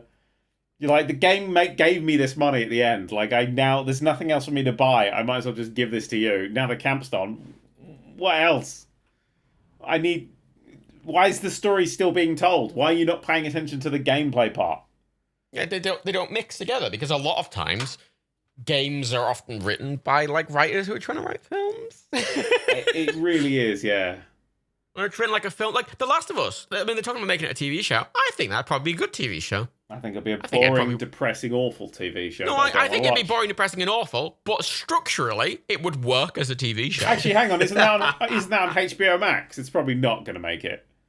Yeah. It's probably not going to be made, even though they're filming it right now. That doesn't change anything. Fuck it. That Batgirl news is legitimately the craziest thing to come at Hollywood in years, apart from, of course, the Flash himself. who is insane. I just love how they can't make a Batman story for $90 million. Well, they did They make can't it. make That's a the story worst about thing. a man who dresses up as Bat No. to stand on rooftop No. and occasionally No. drop into alley to beat up thugs. So, well, we're going to need at least $200 million for that. It was Girl who dressed up as a bat this time. Mm-hmm. That was the difference. Oh, well, I see why they needed 120 But they million. were done. They were It's an basically extra done with the 10 film. million per extended Bat boob panel. Yep. Done. You make a thing and you're done. You're like, nah. I mean, since the last pod... Plus, it's fucking hilarious that the Flash is still coming out. It's going to be great. That's coming out. Have they captured the lead yet? No, he's just been done for another burglary, like gunpoint or some shit. Like, I couldn't understand this. I read an article that seemed to imply that after he committed yet another crime, the police found him and told him to come to court in September, but left him free. yeah. Say, I feel like at some point you put him away where he can't hurt anybody else. I mean, the press No, he's tour white for though, that. John. He's in America, so. The press tour for that film is gonna be fucking amazing. He's going to murder one of the journalists. I'm sure of it. Oh, Yeah. well, that's it. That's it. They're gonna choose to do all the fucking press tour in Hawaii specifically. They're gonna make that choice. I do love that this is HBO, like, is the Warner Discovery horseshit has basically killed DC the same month that Marvel were like, here's phase 5 and 6, fuck you. And, I also find it hilarious that they also decided to announce this last week. What was it? Basically, they've now got this new MCU-inspired 10-year plan. It's like, you've just spent most of a decade making some absolute messes of continuity. And on the other hand, you kind of set up, like the Batman and Joker, where you weren't fussed with making a big MC universe, and they made a fuck ton of money and were really successful with critics and audiences. Like, the Joker is in the top 35 highest grossing films of all fucking time. You've got those, and you think, you know what we're going to do now? We're going to go back and try again with the MCU-inspired 10-year plan bullshit. Literally, their whole advantage is that they can do single-shot, more sort of creatively focused movies with single directors that are in their own world, that have their own very distinct style, and they work. And if they just did that... that is their only option. Why on earth would you look at your recent output thinking we've got the Batman and Joker on one side, and we've got the DCEU mess on the other side? Yeah, more of the DCEU mess. Let's come up with a 10-year MCU-inspired plan, yes! But that's the thing. That's the way to do it. Because, I mean, a lot of people talking about having superhero fatigue and all that sort of stuff, and they're like, I've seen enough of this shit, and, fair enough. But now is not the time to launch into 10 years of films. No. People are going to be like... I think fatigue is starting to creep in for some people. It was, Oh, but I think definitely is. that's what made, I think, the Batman and Joker quite interesting, because the Batman came out and went, hey, I'm a David Fincher film, and I'm like, well, no. You know, because I like the MCU films, but let's be honest, they're kind of samey in a lot of ways, and the Batman came out and went, it's like, everything's dark and wet, and I'm just going to do detectives and be an emo for 3 hours straight, and there's one action scene in the entire film, and that's it. And I'm like, it's doing its own thing. I didn't feel fatigued by that film because it was doing something different. The Joker, as much as I was fine with the film, hate the fan base, as a film, was doing its own thing. It went, love it because it was filmed in Liverpool. Which one? The Batman? Yeah. Admittedly, I do have a picture of him jumping off the clock tower. But You're biased. But the Joker, I mean, what the directors went, I want to make Taxi Driver and the fucking comedian, the entertainer, which one? Yeah, one of them. Whatever. I want to make those two films, but with the Joker, and they did, and it was its own very visual auteur thing, however valid it is, and they were great. Yeah. And they did their own thing. And I didn't have superhero fatigue from them because they were doing something so different. It wasn't this big CGI Marvel fest. It was man in leather, in a leather cape, looks around dark rooms for 3 hours and is sad. Yeah. I mean, even if they're trying to duplicate the MCU, the guy who's running it, whoever his name is, he's got like, oh, well, we want all the DC films to feel like they're big theatrical things. No more TV and no more streaming. And I'm like, are you really saying that after Marvel has knocked it out of the park time and time again with its television shows? Like the last couple of years when we've had like fucking WandaVision and Loki and Hawkeye and what was the one we just had? Ms. Marvel. I think that was a great first episode. It kind of went downhill. Yeah, I agree. Really enjoyed the fun, teenage stuff in the first couple of episodes. Then it just...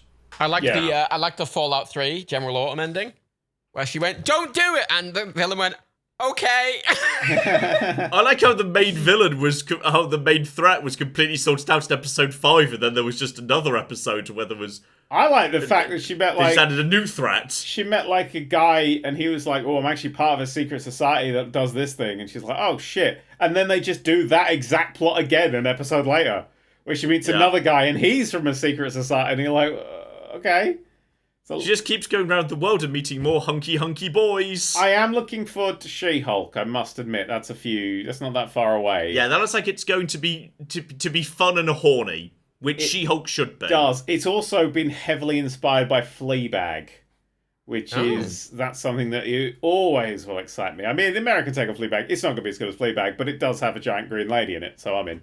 There is, admittedly, there's something I'm a little worried about with Marvel, and it's something I'm hoping that sort of changing. I mean, it was noted in some of the films in that they'll get a director in with a very specific style and then won't give them quite enough creative control. I think that's gone. I think that was a big deal with Ant-Man because it's made Edgar Wright walked away from it. Because they really were trying to push for certain things. No, but now, even then, after Taika Waititi, his Ragnarok really made them go, all right, we'll give what's-her-face Chloe whatever. Doctor Strange 2, you absolutely cannot in any way think that's anybody else's film. Oh, yeah. No, but there's a key point in all of these films. Dude, Doctor Strange 2 is so much fun. That film is great. It's so fun. They still get a separate team to film all the action scenes. They still get separate teams to film all the CGI-heavy elements, and they don't let the director be involved with those. And the director, Taika Waititi, really insisted on doing rewrites to the script, and I'm assuming for Doctor Strange 2, a load of rewrites are done as well, but they don't write the script either. Marvel keep it really tightly controlled, and I'm worried that tight control might be its downfall in the end. It's not yet, but I'm worried it's moving in that direction, and if they don't pull back, I'm worried everything's just going to kind of blend into nothing. I think they're getting weird with it, and I think that's fun. I think we've seen... I hope they keep doing it. Yeah, I think, stuff like Loki and WandaVision was so out there and weird. Like, their TV was like, let's get weird with it. And then Spider-Man was amazing. No, but something like WandaVision... But I think you can only do Spider-Man so many times. I think if you had a big thing like Spider-Man like every few months, I'd get tired of it pretty fast. The problem in WandaVision... You saw the problem in WandaVision, I think. Because WandaVision, you could see that in those first bunch of episodes, really, really locked in. Right? Yeah. And you got to those last 2 episodes, and then a different director took over the action scene and went, we have to end it with a CGI fight. I must admit, though, that final episode, if you go straight from that final episode into Multiverse of Madness, it works so well, and you can see how well connected they are. Yeah. Plus, I think the CGI fights in the finale of WandaVision are kind of a fake out, because sure, they all toss lasers and balls to each other, but actually the way the conflicts are resolved is 1, philosophical debate, and 2, an academic principle that Wanda learned in a previous episode. Yeah, that's my point, you see. No one actually wins because they were the better at throwing lasers at the other. Yeah. It's basically all determined by philosophy and learning. And Wanda definitely doesn't win. Like, her whole arc ends, like, her good person arc ends in that thing, and they don't roll it back and make her save everybody. Yeah. Which I thought was interesting. And, you watch Multiverse of Madness, you're like, oh shit, they're really... I think Monica's a bit generous to her at the very end before she flies off. Yeah. My whole point... I mean, Monica's probably saying, hey, could you answer some questions from the, sword before you go? Because, I appreciate you've had a bad few weeks, but so have a lot of other people because of you. We'd like to ask you some questions. But this is my point, though. They could have at least have tried to arrest her. They could have done all that philosophical debate and all that things without the big action scenes. No, not that I think the action scenes were necessarily bad. It's more that Marvel put those action scenes in because they felt they had to have it, not because it was narratively important to the story. Oh, well, I disagree. Because they do that all the time. That's a big thing in the Marvel Studios, in that they require these action scenes in films, even if the actual writers and directors don't really want them. I disagree in a lot of ways.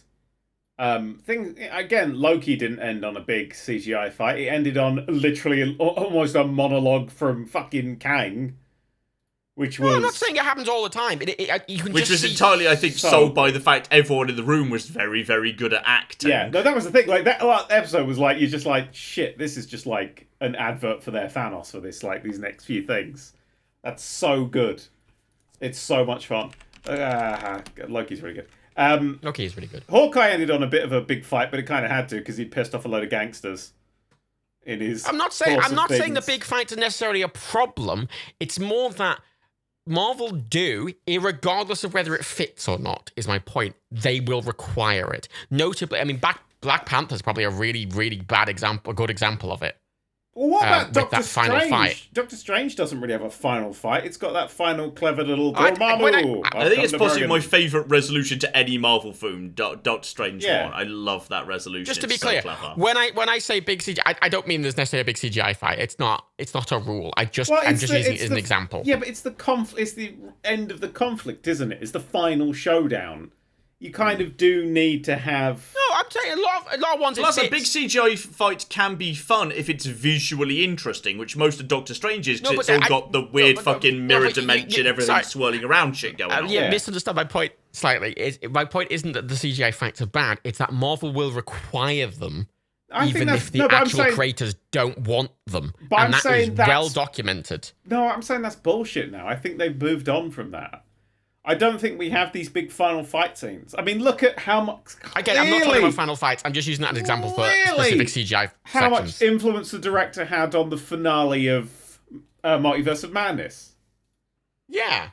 And the big fight. There's no way in hell Sam Raimi didn't get to do quite a few tweaks to that script to make it what he wanted. That's just Taika Waititi. Yeah, no, 100%. It's gotten better. We saw the worst of it during that era of Captain Marvel and Black Panther, right? Yeah, I agree. I think, the first one was like experimental, and then they're like, oh, this is popular, we got to lock it down. And then the third phase was like, actually, let's get weird with it. The fourth phase is let's get really fucking weird with it. The fifth phase is whatever the fuck that's going to be. And the sixth phase is just fucking 2 Avengers films at the moment. Which are only, 6 months apart from each other? That's pretty fucking rad. Which is fine. Infinity War and Endgame were pretty close to each other. Yeah, but yeah. Oh, God, I'm so excited. I really am. I love that shit. I'm reading comics at the moment. That's what I'm doing. I'm reading Marvel comics. The first time. I hope they don't overstructure it. Thing. They got me, baby. They got me. I've read all of cross-sold you. I've got Marvel Unlimited, what's it called? Marvel Unlimited? I think it's Marvel Unlimited. The comic book app thing where it's like £6 a month or something, and you get to read all fucking 30,000 Marvel comics. And I'm like, yep, let's read it all. Let's read everything. Yeah, they got me. Well, that's the thing though, because when I got my tablet, I read a lot of comics as well, and one of the things I found particularly interesting was when you look at Marvel versus DC, especially for Batman. They do a load of one-shots. They just do, here's a graphic novel of Batman. It's not related to anything else. It's by some specific author. Yeah. And it's just this one-shot thing. It doesn't tie into anything else. And DC have done that fucking loads. And Marvel have done that a bit as well. I hope that DC stick to the strengths of doing interesting one-shots with their very distinctive but very simple characters. Yeah. And that Marvel make the big world thing, but they don't overdo it. I'm worried they'll overdo it because they have overdone it in the past. It's Disney. You know what? It has to end at some point. I'd rather they ended it with some ridiculous big jumping the shark moment than it just fizzling out. I'd rather it all ended with a spectacular failure, a massive overreach. Do it. I want the most. I want huge. I want Galaxy Shark to swim up to Earth and all the Avengers to jump into their Avengers mobile and literally ramp over him. And the film should have cost $1 billion. That's how I want the MCU to end. They need the first $1 billion film, and it needs to be a horrible film. No, I'm into that. That would be great. Like Robert Downey Jr. comes back for it, Yeah. He's like, whoa, guys, it wasn't dead at all. But he's playing his character from Tropic Thunder. No explanation. And also his character from Satan's Alley with Tobey Maguire also showing up as his character in Satan's Alley. There's this big drum roll, this big reveal, and the fucking a door opens and fucking Keanu Reeves as Constantine walks out, and everyone's like, "Oh my god, Constantine, our favorite guy." You know, And they reveal that actually they'd kept it secret this whole time, but they've bought DC. Superman and Batman show up. I mean, I would say I do think we're gonna see DC going on the market pretty soon. I think we may be. I would be unsurprised if within the next couple of years we see a headline that says Disney have bought DC. I think they'd get blocked. Do you? What, like a monopoly That's thing? There are rules to stop this, that would yes. get blocked because that's a proper monopoly. That's not like, oh, Disney has a monopoly on entertainment. It's not even that. Like, DC and Marvel basically account for 99% of all comics. I'm so divided on it because on the one hand it would be very bad for the industry, competition, monopolies, etc. But on the other hand, I'd quite like a DC versus Marvel, like Avengers versus the Justice League as the biggest film in the film of the world ever. That's how I want it to finish. That is how I want it to finish. I want to have that. Depending on who and has after the that, license. There's no point making any other superhero movies ever again. Have them it's all done. die. They just all die. And one superhero, like Black Bolt survives. Like no, Black Bolt. I want Ant-Man. No, Ant-Man survives. He's the only survivor. Nick Cage's Ghost Rider comes up and finishes the film by doing his fire piss thing from Ghost Rider 2. The only survivor of the MCU is Paul Rudd, who just bumbles around doing Paul Rudd things. That's it. That's the end. No, you see, it's very Kirby, isn't it? Yeah, I could actually. Yeah, fuck it. I'll take that. I'd be fine with I kind of want Disney to own everything, so it just basically becomes like that multiverses game. Like it's like fucking you've got Iron Man versus Bugs Bunny versus Goku, and it's just you're like, yeah, fuck it. That's where we're heading. I think that's just Ready Player One. I'm thinking about it. It's possible, right? I'm afraid I have to ask you guys for your final thoughts because I have to go and do the exciting thing of a guy coming to fix my oven. Is that euphemism for something? Yeah, precisely. I'm going to go to my random word generator and give you a random word. Okay, well, give us a random word to wrap up this episode of the PodCats on. Are you ready? This is going to be another... The random word is... mathematics. And on that bombshell... Let's trust what's 9 times 8. All right. All for one... and one for all. Was that trying to be mathematics by just saying a number? Yeah, there was like a 1 and a 4 in it. Oh shit! I didn't even see the 1. Wow. I know. Wait! I'll do it. 1, 7, 3, 4, 6, 7, 3, 2, 1, 4, 7, 6, Charlie 3, 2, 7, 8, 9, 7, 7, 7, 6, 4, 3, Tango 7, 3, 2, 7, 3, 1, 1, 7, 8, 8, 8, 7, 3, 2, 4, 7, 6, 7, 8, 9, 7, 6, 4, 3, 7, 6. I can still do it. I did it. Why were you masturbating while doing that? Was that pi? No, that was the 52-digit. That was the 52-digit password that Data input into the enterprise computer. Oh, I missed the beginning and I assumed you were doing pi. No. Matt, do pi. I said Charlie. I don't know pi. Do as many 3.141529, isn't it? No. I don't know. I know the first. I know it's in 2 decimal places. I don't give a fuck. But Star Trek numbers, boy. Well done. Oh, 2 Point Campus is good. That's all I've got. That's gaming thoughts. Sorry, is that where you're ending the podcast on? It's just 2 Point 2 Campus. Point Campus is good. Pokemon are more edible than they should be. Square Enix doesn't make video games anymore. Knights of the Republic is dead. Good night, everybody. Bye. John stood up. He's leaving to go. Bye.